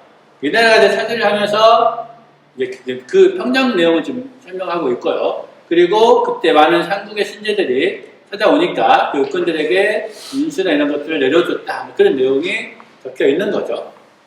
여기서 뭐 의책을 착용한 사람이 1000명이 된다. 이런 것 때문에 당시 찾아온 사람이 한인들이 많이 찾아왔다. 그런 뉘앙스를 주고 있는데요. 그 이라크에서 설명했던 것처럼 초기 지금 이제 이라크와 삼국지 사이에 추가되는 그런 상황 속에서 볼 때 이때 많이 찾아가는 세력은 마한 쪽보다는 진안 쪽이 아니겠는가 그런 생각을 좀 가져봐요. 그러니까 사로국 진안의 의미로서의 진안 쪽. 그러다 보니까 이라크나 삼국지에서 진안 쪽의 어떤 입장이 많이 반영될 수 있는 그런 배경이 이때의 어떤 상황, 그런 상황 아닐까 하는 생각이 좀 드는 거죠. 그 다음에 이제 전쟁이 이제 이어지는 건데, 정시연간시 전쟁을 지금 표현하고 있어요. 그 배경이 되는 내용인데, 이 나라가 이제 부정사 오링을 그래서 우리는 이제 명랑이 이제 본래 한국을 통일했기 때문에 진화 8국을 나눠서 명랑이 가난하겠다. 뭔가 교류 과정에서 한을 나눠가지고 진화의 8나라는 명랑을 통해서 교류하고 나머지는 대왕을 통해서 교류하고 이렇게 이제 관리하겠다는 의미인 것 같아요. 그런 의미로 지금 얘기를 했는데 이게 그러니까 관리가 통역하는 과정에서 뭔가 다른 부분이 있었다는 거예요. 그래서 신지격한, 이 신지격한 부분은 이제 판본에 따라서 신분거국으로 이제 이해를 하시는 분도 있고 신지격한으로 볼 수도 있고 약간 애매하긴 한데 어쨌든 한이 분노했다는 거죠. 분노를 해서 결국 전쟁이 일어난 거예요. 대망국 기령을 공격하는 전쟁이 발생을 했는데 그 발생 배경이 결국 이 통역 과정에서 뭔가 문제가 생겼다는 거죠. 근데 이 통역 과정의 문제라는 거는 이 나라의 입장인 거고 이 나라에서 생각해 볼 때는 별거 아닌데 통역의 오류 때문에 전쟁을 일으킨 것처럼 지금 몰아간 거예요. 근데 한 나라 입장에서는 이 통역의 문제가 단순히 오역의 문제를 뛰어넘은 문제일 수가 있어요. 그래서 격분을 한 거고 전쟁이 크게 일어난 게 아니겠는가 하는 생각을 가져보는 거죠. 이때 전쟁이 일어나서 대방테스 궁전과 영란테스 유무가 싸워서 대방테스 궁전이 전사를 할 정도로 상황이 좀 이 나라 쪽도 그렇게까지 압도적이지 못했음을 좀 보여주고 있어요. 그러나 최종적인 결론은 한을 멸했다 이렇게 이제 결론을 내리긴 했어요. 이 나라 입장에서는 이게 실패가 결정이 된 건지 아닌지 사실 정확히 알 수 없는 부분이 있는 거예요. 이 나라 입장에서는 이겼다라고 표현을 하는 게 좀 더 그들의 입장이 좋은 거니까 그렇게 표현한 건지 이런 내용이 있는데 여기서 이제 주목해 보시는 게 과연 이 한을 그러니까 지금 신지라고 이렇게 하는데 어쨌든 목적의 진앙이 당시 다시던 시기니까 목적의 진앙이든 신분거국이든 이제 마한 쪽에 있는 국가이죠. 여기를 격분하게 만든 이유가 뭘까라는 것을 좀 생각해 볼 필요가 있다 하는데요. 결국 이 진화 8국을 분할하는 부분에서 영토적 분할은 아니고 경제적 교류 과정에서 교류권 이제 분할을 볼 수가 있는 건데 사실 별거 아닌 문제일 수 있는 거죠. 사실 이 나라 입장에서는 그렇게 생각해 보면 그러니까 사로국 진화가 계속 교류했던 이 나라 입장에서는 하나는 셋으로 구분되어 있고 진화는 그 중에 하나이기 때문에 이걸 분할해서 교류를 낙당을 바꿔도 별 문제 아니냐는 거죠. 사실 이 나라 입장은. 근데 목지구 진앙의 입장은 하나는 셋이 아니라 사실 하나의 나라예요. 목지구 진앙의 입장에서 하나는 전체 왕이고 사로국 진화는 그 중에 일부인 거예요. 그러니까 사로국 진화가 교류를 하려면은 기본적으로 목지구 진앙에 기본적으로 허락을 받았고 가야 되는 건 그런 거죠. 이걸 분할해서 교류하겠다는 게 우리나라로 따지보면은 뭐 전라도 일부를 따로 분할해서 예교를 따로 하게 하는 그런 경향이 돼버린 거죠. 대한민국 대통령이 싫어하겠죠. 그런 경향이 사실 여기에 지금 반영되어 있는 거죠. 그러니까 한에 대한 이해가 지금 워낙 지난 쪽 사람들 통해서 이 나라가 그 정보를 얻다 보니까 부정확하게 한을 지금 알고 있는 거고 그 결과가 결국은 목지구 진화 세력에 갔을 때 그 오해가 불거진 거죠. 결국 이 나라가 뭔가 지금 한을 잘못 알고 있는 부분에 그것이 결국 목지구 진화의 권위를 떨어뜨리는 행위가 되어버리는 거예요. 그래서 이제 전쟁으로 이어지고 있다라는 거죠. 그래서 삼국지나 이락의 인식이 사실 정확한 인식이 아닌 거죠. 이 전쟁을 초래할 수 있는 인식이었기 때문에. 실제로 보면은 이 전쟁에서 멸했다고 표현하는 것은 아마도 목지구 궁업이 무너졌기 때문이라고 생각이 드는데, 대략적으로 천안 아산 일대가 당시 목지국으로 보는데, 아산 청정 일대가 좀 약간 쇠퇴하는 경향이 있어요. 3세기 중반 무렵에. 그리고 백제로 넘어가는 이 배경이 되지 않았겠는가 생각이 들어요. 삼국사기에 보면 이제 고유한 시기에 해당되는데, 삼국사기에는 고유하게 낙랑 변두리에 있는 주민을 약탈했다. 그러다가 나중에 낙랑군에게 다시 돌려주는 내용이 있는데, 약탈한 주민만 돌려줘요. 약탈해서 이제 돌려줄 경우에, 아까 이제 전쟁에서 패했다면은 배상금을 물려야 되는데, 배상금을 안 물죠. 그냥 돌려주기만 해요. 이게 이제 이 나라와 지금 3한의 전쟁의 과정이 결국은 거의 비등한 상태로 끝났다는 거죠. 비록 이 나라가 목제국의 굴곡을 무너뜨리기까지는 성공했지만 결국은 대방투수가 죽는 상황에까지 이르렀다는 거예요. 아마 이제 그 중간에 백제를 중심으로 한 세력이 대방투수 군대를 공격을 해서 퇴수를 군대를 몰살시킨 거 아니겠는가 하는 생각 좀 가져봐요. 그러다 보니까 전쟁 이후에 한과 조일 사이의 긴장 관계가 흐르게 되겠죠. 이 과정에서 결국은 중국 쪽에 있는 세력들은 이 나라의 추가적인 침공 위협이라는 걸 사실 느낄 수밖에 없어요. 그렇기 때문에 좀 강대국을 중심으로 결집할 수밖에 없는 거고, 그 강대국이 백제국으로 결집을 하게 되는, 이제 목주국에서 백제로 한의 맹주가 전환되는 이게 계기가 되는 게 이 사건이 아니겠는가 이렇게 생각을 봐요. 그래서 크게 이제 한의 명주의 변화를 정리를 해보면, 처음에는 준왕기 한양이었다가 1세기 초 무렵에 목주 진왕으로 바뀌고 3세기 중반에 백제의 왕으로 바뀌는, 그러니까 한이라고 하는 나라는 맹주가 존재하는 그런 나라인 거죠.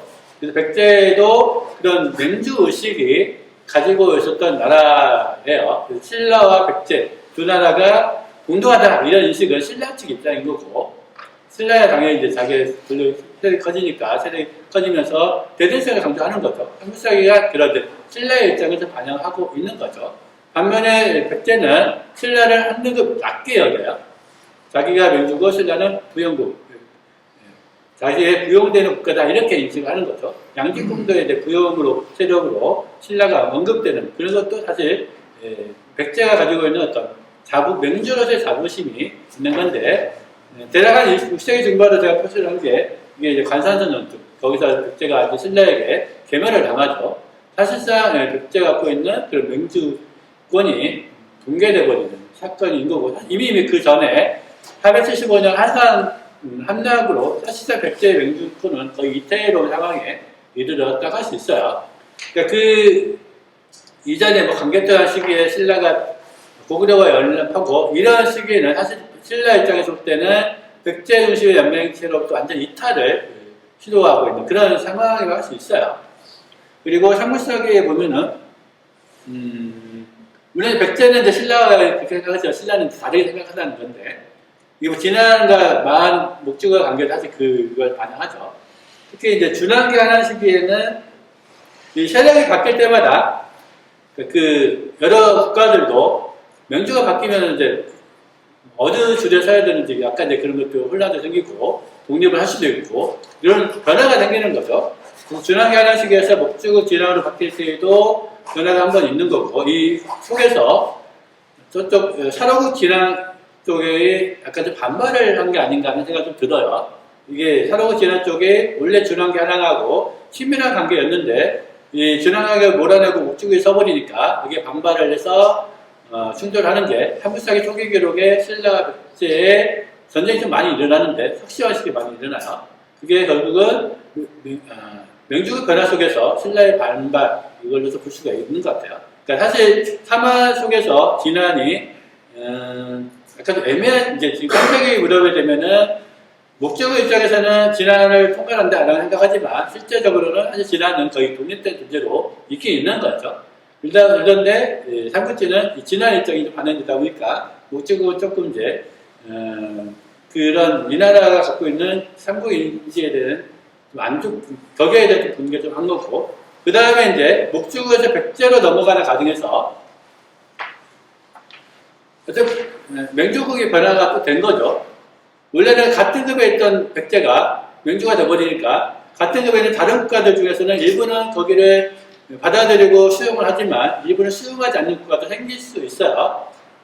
특히 이제 중부 지역은 이 나라 침공 위험이 있기 때문에 백제로 결집이 됐지만 백제 거기서 멀리 있는 지역, 이 나라에서 멀리 떨어져 있는 호남 백제 지역은 멀리 떨어져 있기 때문에 침공 위험이 덜하죠. 이 지역은 다른 태도를 보일 수 있다고 생각을 해요. 그래서 이 지역의 호남 일대 세력들이 백제 맹주권을 인정하지 않고 약간 떨어져 나오는 그런 상황이 이제 전개가 되는 거고, 이 상황을 백제가 자신의 맹주권을 명확하게 확립을 하기 위한 전쟁이 근초광 시기에 그 일본석에 나와 있는 그 기록이 자신의 맹주권을 명확하게 하기 위한 전쟁이 아니겠는가 이런 생각을 가져요. 그러니까 그 전쟁이 이제 북소 전쟁이 아니라 맹주권을 세우는 그런 전쟁인 거죠.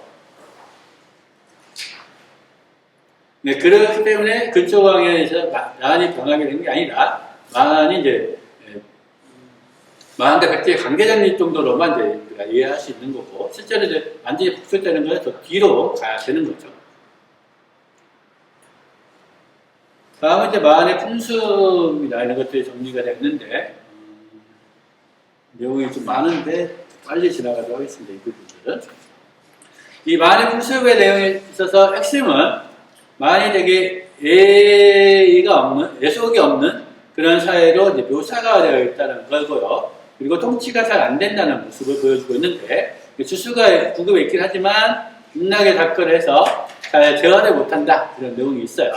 이런 이제 통치가 좀 어려웠던 이유가 만 사회를 구성하는 이제 구성원에 이제 문제가 좀 있다고 생각하는데, 그러니까 사만이라는 나라 자체가 고전 쪽에서 유민들이 많이 왔죠. 그들이 그러니까 준항의 한항의 성립되는 과정에서 고조선의 주 통치 일단들이 와서 세력을 이제 이루는 셈인데, 다만 이제 고조선 세력이 오기 전에 이 지역에 있던 세력은 그렇게까지 정치적인 발전이 이루어졌던 단계가 아니었던 거죠.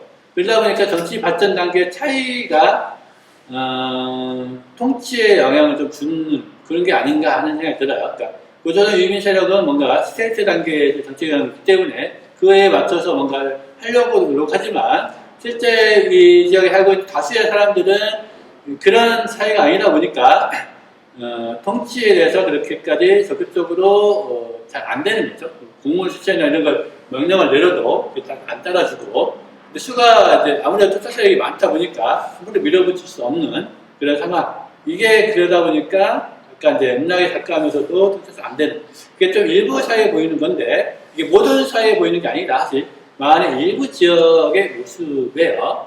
지금 전쟁 직후에 새롭게 추가된 만에 대한 내용인데, 전쟁 직후이기 때문에 이 나라가 전쟁을 펼쳤던 중부 쪽 세력을 돌아보기는 좀 어렵죠. 지금 그 나라, 그 지역과는 긴장 관계이기 때문에 굉장히 좀 덜한 지역은 호남 일대 세력이에요. 이 지역을 지금 일본 쪽으로 가는 도중에 호남 일대 세력을 좀 보다가 이쪽에 좀 더 여기서 이제 봤던 풍습이 이런 모습이다라는 것을 얘기를 하는 건데, 그리고 추가적으로 또 여기서 생각해 볼 수 있는 게, 밑에 지금 적어놓은 그 내용인데요. 기령 전투 이후에, 지금 대방문 쪽이죠. 이 나라가 대방태수로 왕기라는 인물을 대방태수로 임명을 해요. 이 왕기는 원래 현토태수였어요. 현토태수로서 고구려 정벌 과정에서 큰 공을 세운 인물이 왕기예요. 이 왕기를 공을 세웠으면 상을 내려야 되겠죠. 상을 내리면 현토태수에서 대방태수로 임명하는 거는 더 멀리 보내버린 거예요. 상이라고 볼 수가 없어요. 상으로 하려면은 내지로 좀 불러들여서 좀 더 높은 관직을 줘야 되는데, 그러지 않고 대방 쪽으로 보낸 거예요. 이 대방 쪽으로 보낸 이유가 결국은 고구려 정복 이후에, 그 전투 이후에 문제가 이제 새롭게 한이 문제가 된 거예요. 그래서 이 한의 문제를 해결하라, 그 임무를 부여하면서 지금 왕기를 보낸 그런 걸로 볼 수가 있는 거죠. 이렇게 해서 대방 태수로 임명된 이제 왕기가 일본에도 이제 타신부 되고 왕래를 하는데, 그 과정 속에서 이 만 쪽을 정착을 한 건 이제 둘러본 거죠. 그 과정에서 적힌 내용이 이제 이런 내용이 이제 담겨져 있는 건데, 문제는 이 대방군이 지금 성과를 못 거뒀어요. 지금 하나도 긴장 관계가 유지된 상황에서 한으로부터 무슨 이제 한국의 어떤 의미로서의 배상금을 받는다거나 뭐 땅을 넓힌다 그런 내용이 하나도 없어요. 현상이 그대로 유지된 거죠. 그러니까 대방군 입장에서는 아무런 공을 세우지 못하는, 결국 이제 한쪽에서 백제국을 중심으로 콩콩 이제 단합을 해서 조이의 침공을 이제 막다 보니까 조이도 어떻게 할 수가 없는 거죠, 대방국도. 그래서 결국은 아무 결과를 못 얻으니까 그러면은 이제 중앙정부에 보고를 해야 될 거 아니에요?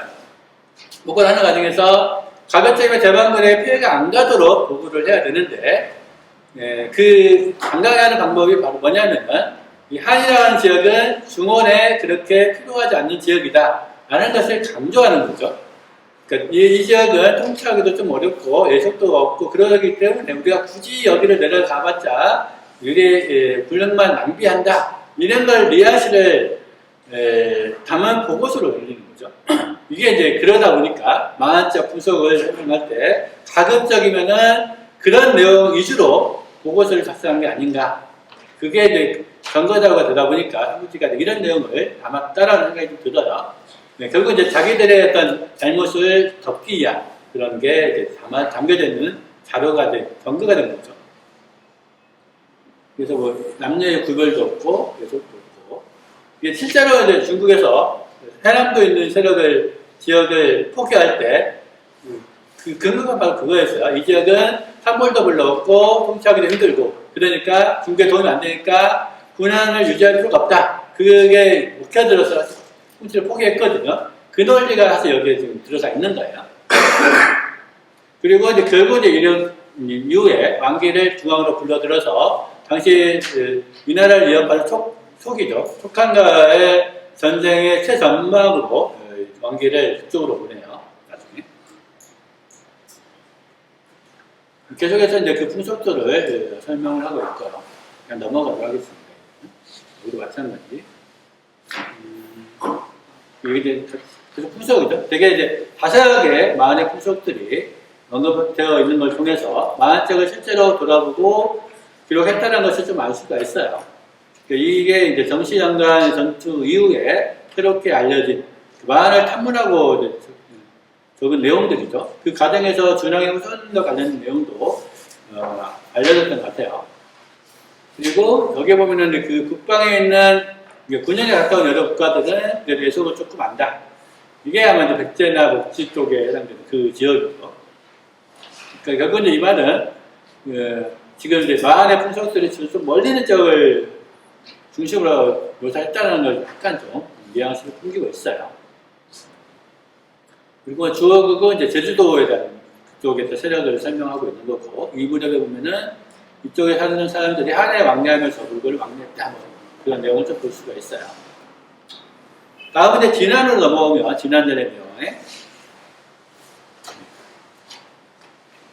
진안은 마을의 동쪽에 있고 그 노인들이 얘기하기를 우리는 진영을 펴서 왔다. 한국으로 왔다. 뭐 마한이 그 동쪽 땅을 주어서 있다. 뭐 이런 내용이 전해지는데 이게 이제 이락에는 없고 새롭게 추가된 내용이죠. 진영을 펴서 왔다는 내용이 진나라와 좀 관련이 돼요. 중국과 좀 관련된 내용이 담겨져 있어요.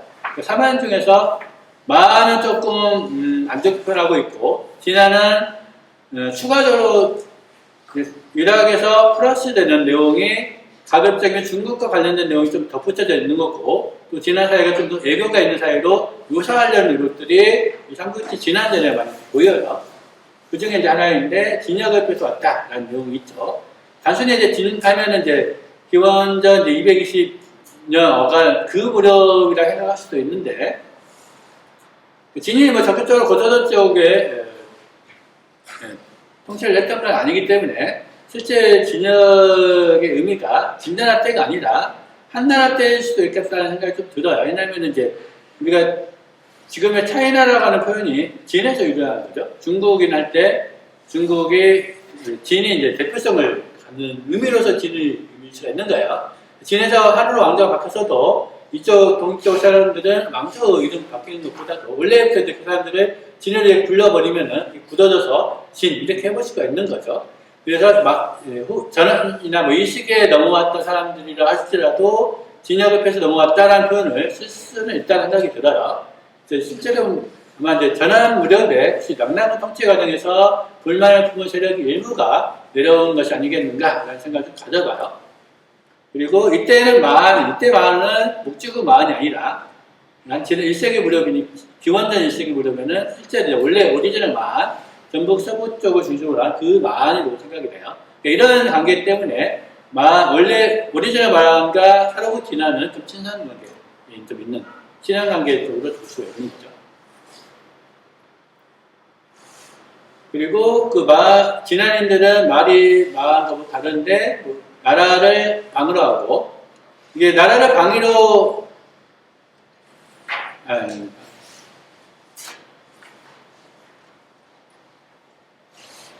나라를 방위라고 한다는 건데, 이게 이제 뭐가 의미가 있냐면은, 한 나라에서는 한 구조 유방의 이름이 방이에요. 그래서 한 나라가 들어선 이후에는 방을 안 쓰고 국을 써요. 근데 이 지난 사람들은 국을 쓰지 않고 방을 썼다는 거예요. 그게 이제 한 나라, 최소한 이들이 들어온 시기가 한 나라 초 이전이라는 거죠.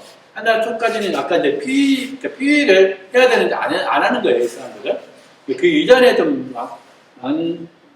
그 이전의 어떤 언어 분석을 가지고 있는 그런 거를 또 볼 수가 있어요. 뭐 그러니까 결국은 핵심은 진나라 사람 말과 좀 같다라는 거죠. 진나라식 말이나 진지역 사람 말. 연나라나 진지역 말하고 좀 있는 것도 있지만, 진의 말도 좀 담겨져 있는 그 특징을 보인다는 거죠. 그리고 낙난 사람들을 같은 우리라는 그런 의미를, 그러니까 낙난과 같은 계통이다라는 인식을 가지고 있다는 걸 보여주고 있는데, 그래서 낙난 쪽 사람하고 진화인들, 그건 낙난은 고조선이죠. 고조선인들이 이제 낙난의 구성을 이루고 있으니까 고조선 계통의 인물이긴 한데, 이 사람들이 진나라의 언어를 익힌 거예요. 진나라 2의 한자를 익힌 거죠. 그래서 이들이 진나라 2 한자를 익힌 배경이 뭘까? 우리가 좀 고민을 해볼 때, 진의 어떤 통치를 받았기 때문이라기보다도 진 지역 출신 지식인을 통해서 이들이 한자를 받아들였을 가능성, 이걸 생각해 볼 수가 있는 거죠. 그 인물이 바로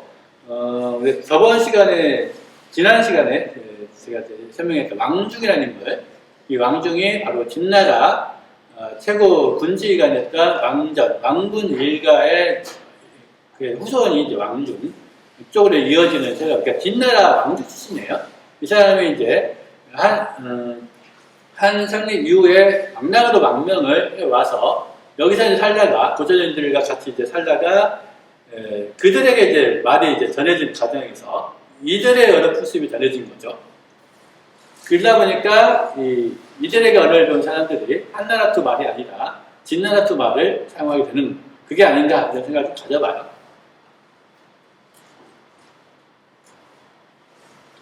다음은 이제 진변한 내용들이 계속해서 이어지고 있어요. 진안에 12국, 변환에 12국이 있고, 이런 이제 이런 내용이 이어지고요. 좀 빠르게 가겠습니다. 그래서 총 24개국이 있는데, 여기는 이제 변난과 진안 국가가 뒤섞여 있죠. 변난계 국가는 변진이라는 표시가 좀 있어서 차이를 보이고 있는데, 총 합쳐서 4, 5만 원 이렇게 되어 있고, 대국은 4, 5천, 수국은 700 정도라고 되어 있어서, 이 수학자로 풀면 대국 한 6개에서 한 8개 정도가 나와요. 이 정도는. 대략 신라와 육가야 이 정도가 이무역에 좀 큰 세력을 이루고 있었던 거 아닌가 하는 생각을 가져봐요. 육가야 전신 이런 세력들이 좀 큰 세력이었던 것 같아요. 진화는 하나의 어떤 세력일 것 같고, 그 다음에 변화는 여러 국가들은 좀 독립되게 난립하는 그런 세력이 아닐까 하는 생각을 가져봤어요. 그 중에서 12국은 진왕에게 속속되었다라고 해가지고, 이 진왕의 진왕이냐, 아니면 목지국 진왕이냐, 사실 이것도 사실 논란이 되고 있어요. 계속 이어서 진왕은 항상 마한이를 해서 유일하게 나왔던 구절과 같은 부분이죠. 그러니까 진왕은 마한이고, 진왕이 스스로 왕이 되지 못했다라는 그런 내용이 있는데, 그러니까 진왕이 마한의 통제를 좀 받았다는 그런 느낌을 가지고 있어요. 다만 이때 마한이 목적어 마한이냐 아니면 준왕제 마한이냐, 이 부분은 조금 더 고려를 해볼 필요는 있다는 생각이 좀 들었어요. 다만 이제 지난 사람들이 말하는 마한은 목적이 아니라 원래 오리지널 마한 그쪽이 아닐까 하는 생각이 좀 들어요. 이게 이제 섞여 있는 거죠. 그러다 보니까 삼국지 3완전을 읽다 보면은 마한도 또 개념이 혼란스럽고 진한 개념도 좀 혼란스러워요. 진한이 사로그 진한이 진한이냐 아니면은 진한이나 개념 자체가 좀 더 넓게 사만 전체를 진한으로 얘기할 수도 있는 부분도 사실 있어요. 이 개념이 혼란스러운 부분이 좀 있는 거예요. 그래서 사만 연구가 좀 어려운 부분이 문헌도 좀 한계가 있다 보니까 좀 어려운 그런 게 있어요. 그러다 보니까 논란도 좀 많고 연구에 좀 한계가 좀 있는 거예요. 제 개인적으로 이제 이때 이제 사도구 진앙이 이제 석시계통 40개였기 때문에 이런 내용이 있는 거 아닐까 하는 생각을 좀 가져봐요. 계속해서 변전화사의 이야기가 좀 이어지고 일학에는 내용이 좀 담겨져 있죠. 큰 새부터를 무덤에 장례 때 쓴다고 나갈 내용도 항상 일학에는 내용이에요. 그리고 나라의 철이 생산되는 내용도 지금 담겨져 있는데 여기에 보면은 한과 애와 애가 다 그 변환에서 나온 철을 가지고 교육했던 것처럼 표현이 되어 있고 이 두근이 이제 낭난 대방이죠. 이 내용이 이제 태평양 어람에 있는 위락에는 좀 다르게 기록이 되어 있어요.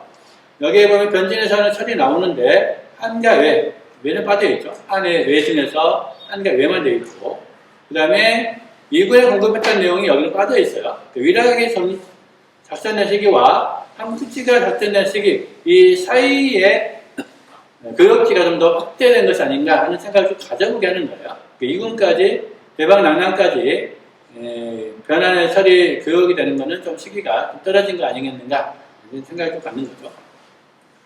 또 최근에 나온 신설 중에서는 이때 변증을 나오긴 했지만 실제는 진화 쪽에서 철이 생산된 거 아닌가 이렇게 주장하는 부분도 좀 있어요.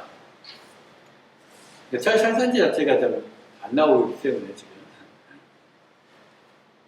계속해서 이제 변진의 풍습이 전해지고 있고 병장에는 갖다더니 여기 끝에 보면은 길을 갈 때 서로 양보한다. 약간 좀 예의가 있는 사회처럼 느껴지는 그런 내용이 덧붙여져 있는 거죠.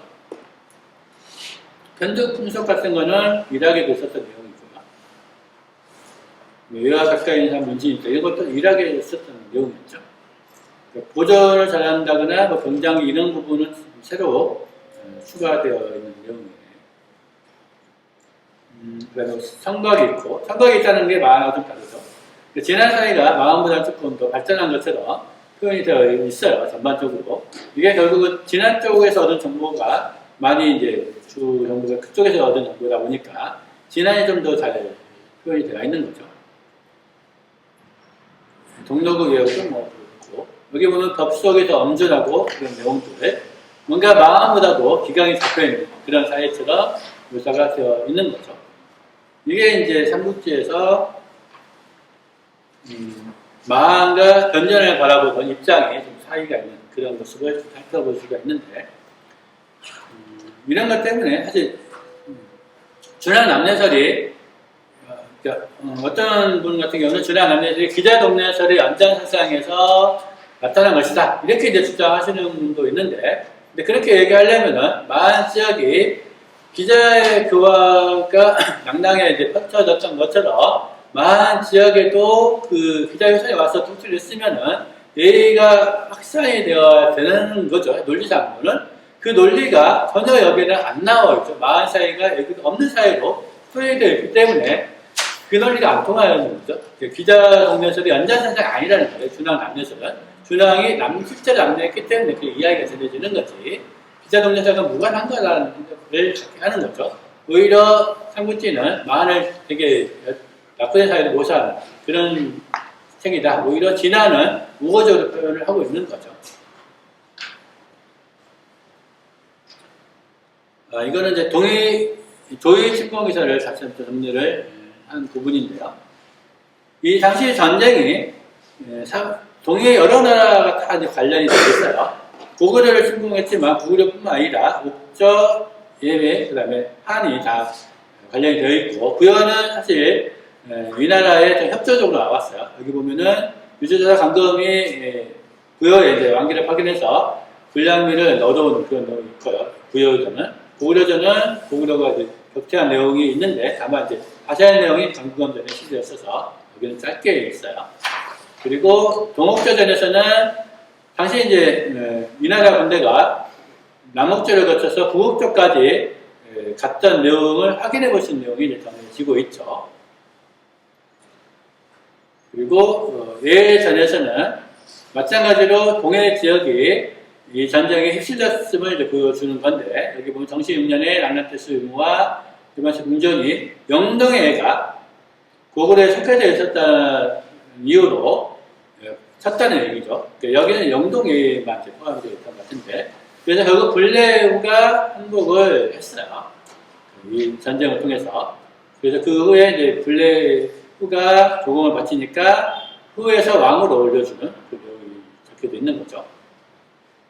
그래서 이 조유화 전쟁에서 얘는 이제 위나라에 이제 굴복을 한 거고, 반면에 한은 굴복을 하지 않은 거죠.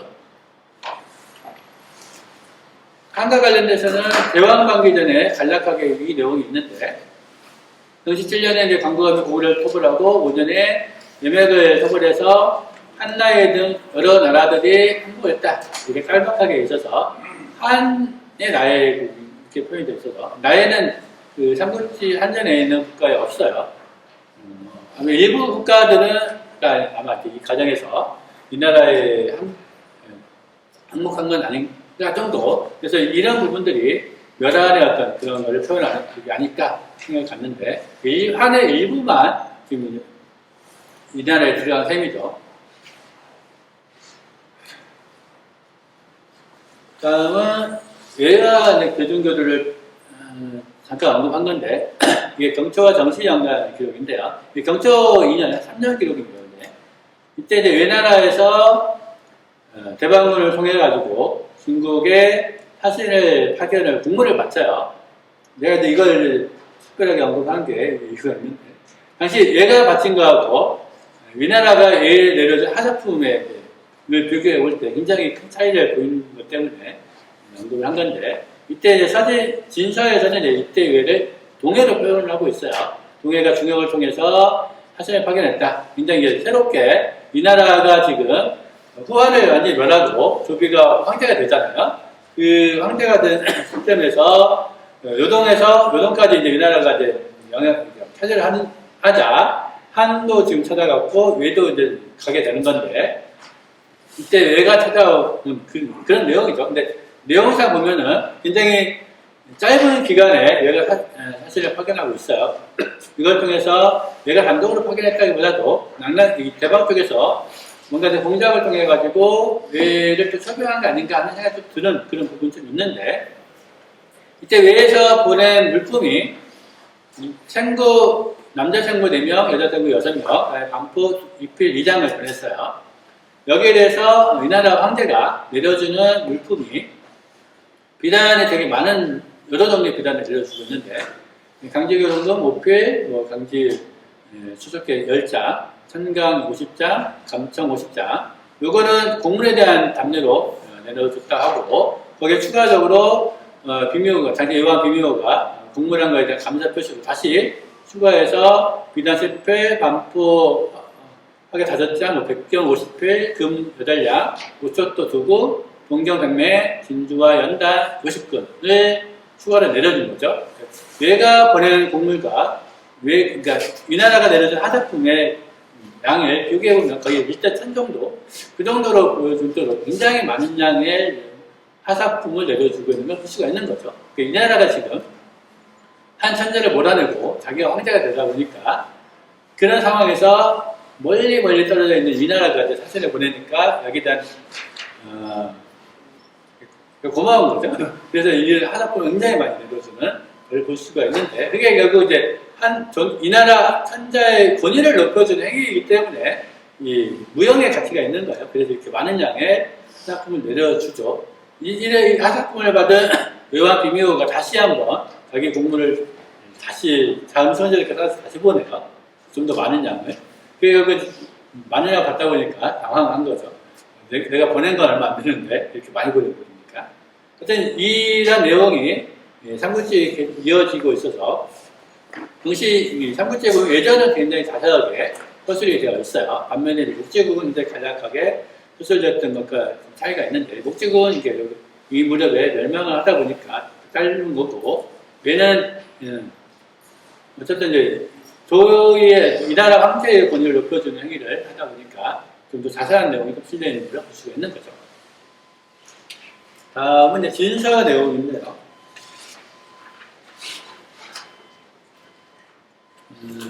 진서는 이제 당나라 때 표창이 되긴 하지만 서진과 동진 시기의 역사를 그런 세계예요. 여기다 보면은 동해와 마한 지역에서 진나라의 사신을 파견한 내용들이 정해지고 있어요.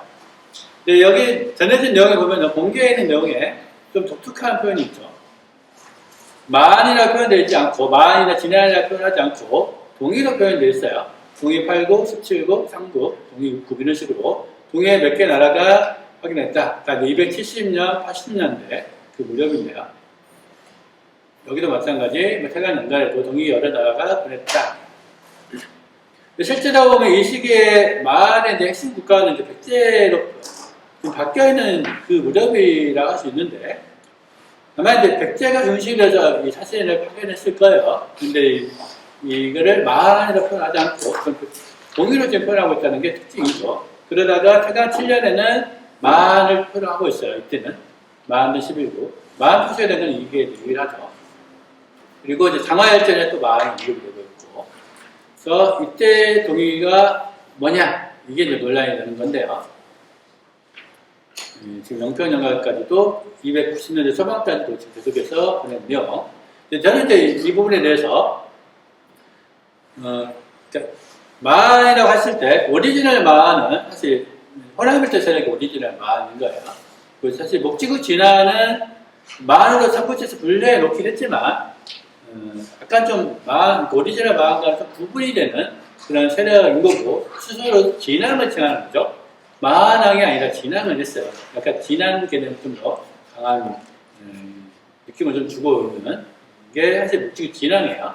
한 전체의 왕이면서 한왕이라기보다는 진앙을 칭하고 있는 게 목지국 왕이죠. 사실 마한과 진앙 세력은 조금 구분이 사실 되어 있는 건데, 삼국지 자체가 사로국 진안의 입장에서 표현이 되다 보니까, 그러니까 사만의 구분을 사로국 중심으로 사만을 구분한 거예요. 사로국 진안 12국에 속해 있는 나라가 진안이고, 그 옆에 답구하고 있는 변제를 구분해서 변제를 언급하고, 나머지를 마한으로 구분하는, 약간 그런 느낌이 사실 사만의 구분이에요. 이게 사로국 진안 중심의 사만 구분인 거죠.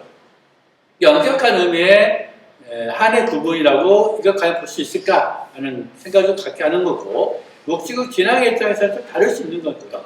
마한의 개념에서 마한 자체가 좀 무등 국가라는 의미를 가지고 있어서 마한을 병합한 목지국 진앙을 마한 개념으로 범주로 좀 넓게 설정한 거 아닌가 하는 생각이 드는데, 다만 이 목지국이나 백제는 좀 계통이, 목지는 모르겠지만 백제는 이제 부여 고구려계 많이 보잖아요. 사실 사만하고 좀 다른 계통의 주민이다 보니까 스스로를 마한으로 분류하는 게 아니라 좀 다르게 분류했던 것이 아닌가 하는 생각이 들어요. 그래서 백제가 중심이 돼서 사신을 파견할 때는 스스로를 마한이라고 표현하지 않고 그냥 백제를 파견했기 때문에 마한 몇 국이 아니라 동의 몇 국 이렇게 표현한 거 아닌가 하는 생각이 좀 들었어요. 그리고 마한으로 표현된 거는 말 그대로 마한 쪽에서 표현했기 때문에 마한으로 표현한 거. 특히 이제 전남 쪽 호남일 때가 이때는 이제 그러니까 지금 백제 목주에서 백제를 명작 바뀌었지만은 호남 쪽 세력은 백제 외주권을 완전하게 인정하지 않는 상태이기 때문에 호남 쪽 세력은 구분되게 인식할 수 있는 거죠, 자신들을. 그래서 이들이 마한으로 따로 얘기한 게 그쪽 세력이 아닐까 하는 생각을 좀 가져봐요. 그리고 장하열전에 여기도 보면은 동의만 신미 제국이 비롯해서 한 20여 개 국가가 조공을 가졌다, 그런 내용이 이제 전해지고 있죠. 여기도 마한이 따로 언급이 되어 있고 신미가 또 따로 언급이 되어 있는데, 이게 한 280년대고요. 그 무렵인데요. 여기도 이제 마한이 따로 이제 언급이 되어 있는 거죠. 특히 이제 신미가 따로 이제 언급이 되어 있어서 많은 논란이 되고 있는데, 뭐 일본식에 보는 신미다대가 이 신미와 이제 같은 계통 또는 이제 지미나 쪽이 아닐까 하는 생각을 좀 가져볼 수 있는 세력인데, 일본석에 보면은 친미다를 남만이라고 했어요. 남만 친미다에. 남쪽에 있는 모란크라는 의미이죠. 이게 남만이라는 의미를 갖는 게, 나머지 다른 국가들은 무슨 읍으로 되겠죠? 5읍, 4읍이라 끝나긴 하는데, 이게 4개인지 5개인지는 애매하지만 그걸 읍으로 표현했어요.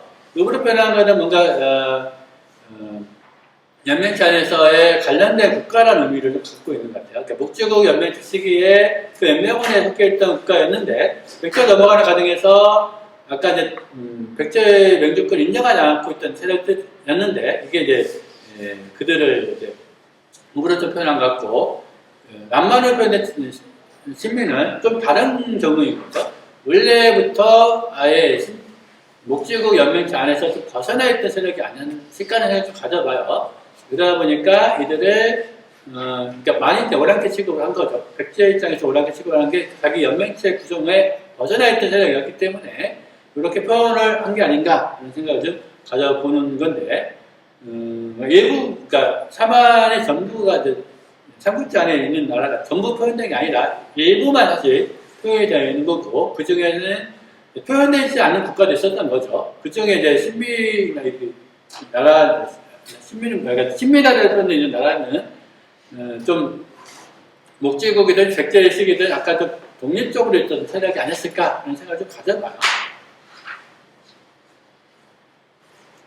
이제 이런 이제 신비가 뭐냐에 대해서도 약간 논란이 많이 있긴 하는데, 많이 이렇게 같이 있어서 만 연맹체의 대표적인 집단인가 아니면 신비가 이례적으로 이렇게 보냈던 건가 이런 논란이 있는데, 이 사건은 사실 장화열전에 실려있는 내용인데요. 사실 장화라는 사람이 일주로 이제 유배는 아니지만 좀 자천된 거죠. 자천된 상황에서 그 전에 지금 공물을 바치지 않았던 나라가 와서 공물을 바쳤다. 여기에 결국은 장화가 이만큼 통치를 잘했기 때문에 새로운 세력이 이렇게 왔다라는 걸 좀 내세우려고 하는 그 구절이에요. 그래서 장화가 다시 이제 중앙정계를 복귀하게 되는 이제 계기가 되는 사건인데, 약간 이제 그걸 좀 강조하려고 새로운 세력처럼 언급한 거 아닌가 하는 생각도 가져볼 수 있어요. 그 다음에 이거는 이제 동의열전에 있는 내용인데요. 동의열전에 보면 마한전과 진한전에 여러 시기에 그 주나 그 왕이 화신을 파견했다라는 내용이 있죠. 실제로 본기 쪽에서는 동의왕으로 표현되어 있는데, 열전에서는 이걸 마한이나 진한전에다가 넣어서 언급하고 있다는 거예요. 그러니까 마한적 마한이 진한 쪽에서 보내는 거죠. 근데 이 본기에서는 마한이라 표현하지 않은 이유가, 삼국지에는 마한으로 분류된 국가였던 거죠. 근데 그 나라들은 자기들을 마한이라 표현을 안 하다 보니까 동의를 표현했지만, 쓰다 보니까 이게 마한계 국가니까 마한으로 표현한 거 아닐까 이런 생각이 좀 들어요. 이게 이제 사만 내용이 되게 복잡하죠. 이해하기 좀 쉽지 않고 그런 내용들이 있기 때문에 이게 이제 연구의 좀 한계를 보여주는 내용이죠. 그 다음에 마지막으로 비리등 19국의 내용에 보면은, 비리국에 대한 내용인데 이건 수신해서고, 그래서 아까 북방에 있는 내용이 있는 국가처럼 언급이 되어 있어요.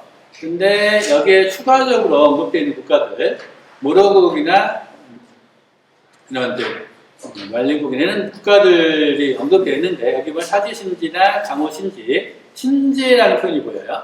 목조국에서 신지를 최고 수장을 신지라고 표현하잖아요. 그 신지 표현이 여기에 나오고 있어서 이런 국가들이 실제로 비리 옆에 있는 나라가 아니라 별개의 국가인데 비리국전에 같이 추가적으로 포함되어 있는 거 아닌가, 이렇게 이제 얘기를 많이 하죠. 그리고 태평아람에 보면은 남만모로 이렇게 돼 있어서 비리 옆에 있는 나라가 아니라 또 남쪽에 있는 세력, 이렇게 또 이해를 할 수 있는 여지가 좀 있어서 이게 이제 마한지역 국가 아닐까 하는 이렇게 또 얘기를 좀 할 경우도 있어요. 여기까지 오늘의 강연을 마치도록 하겠습니다. 감사합니다.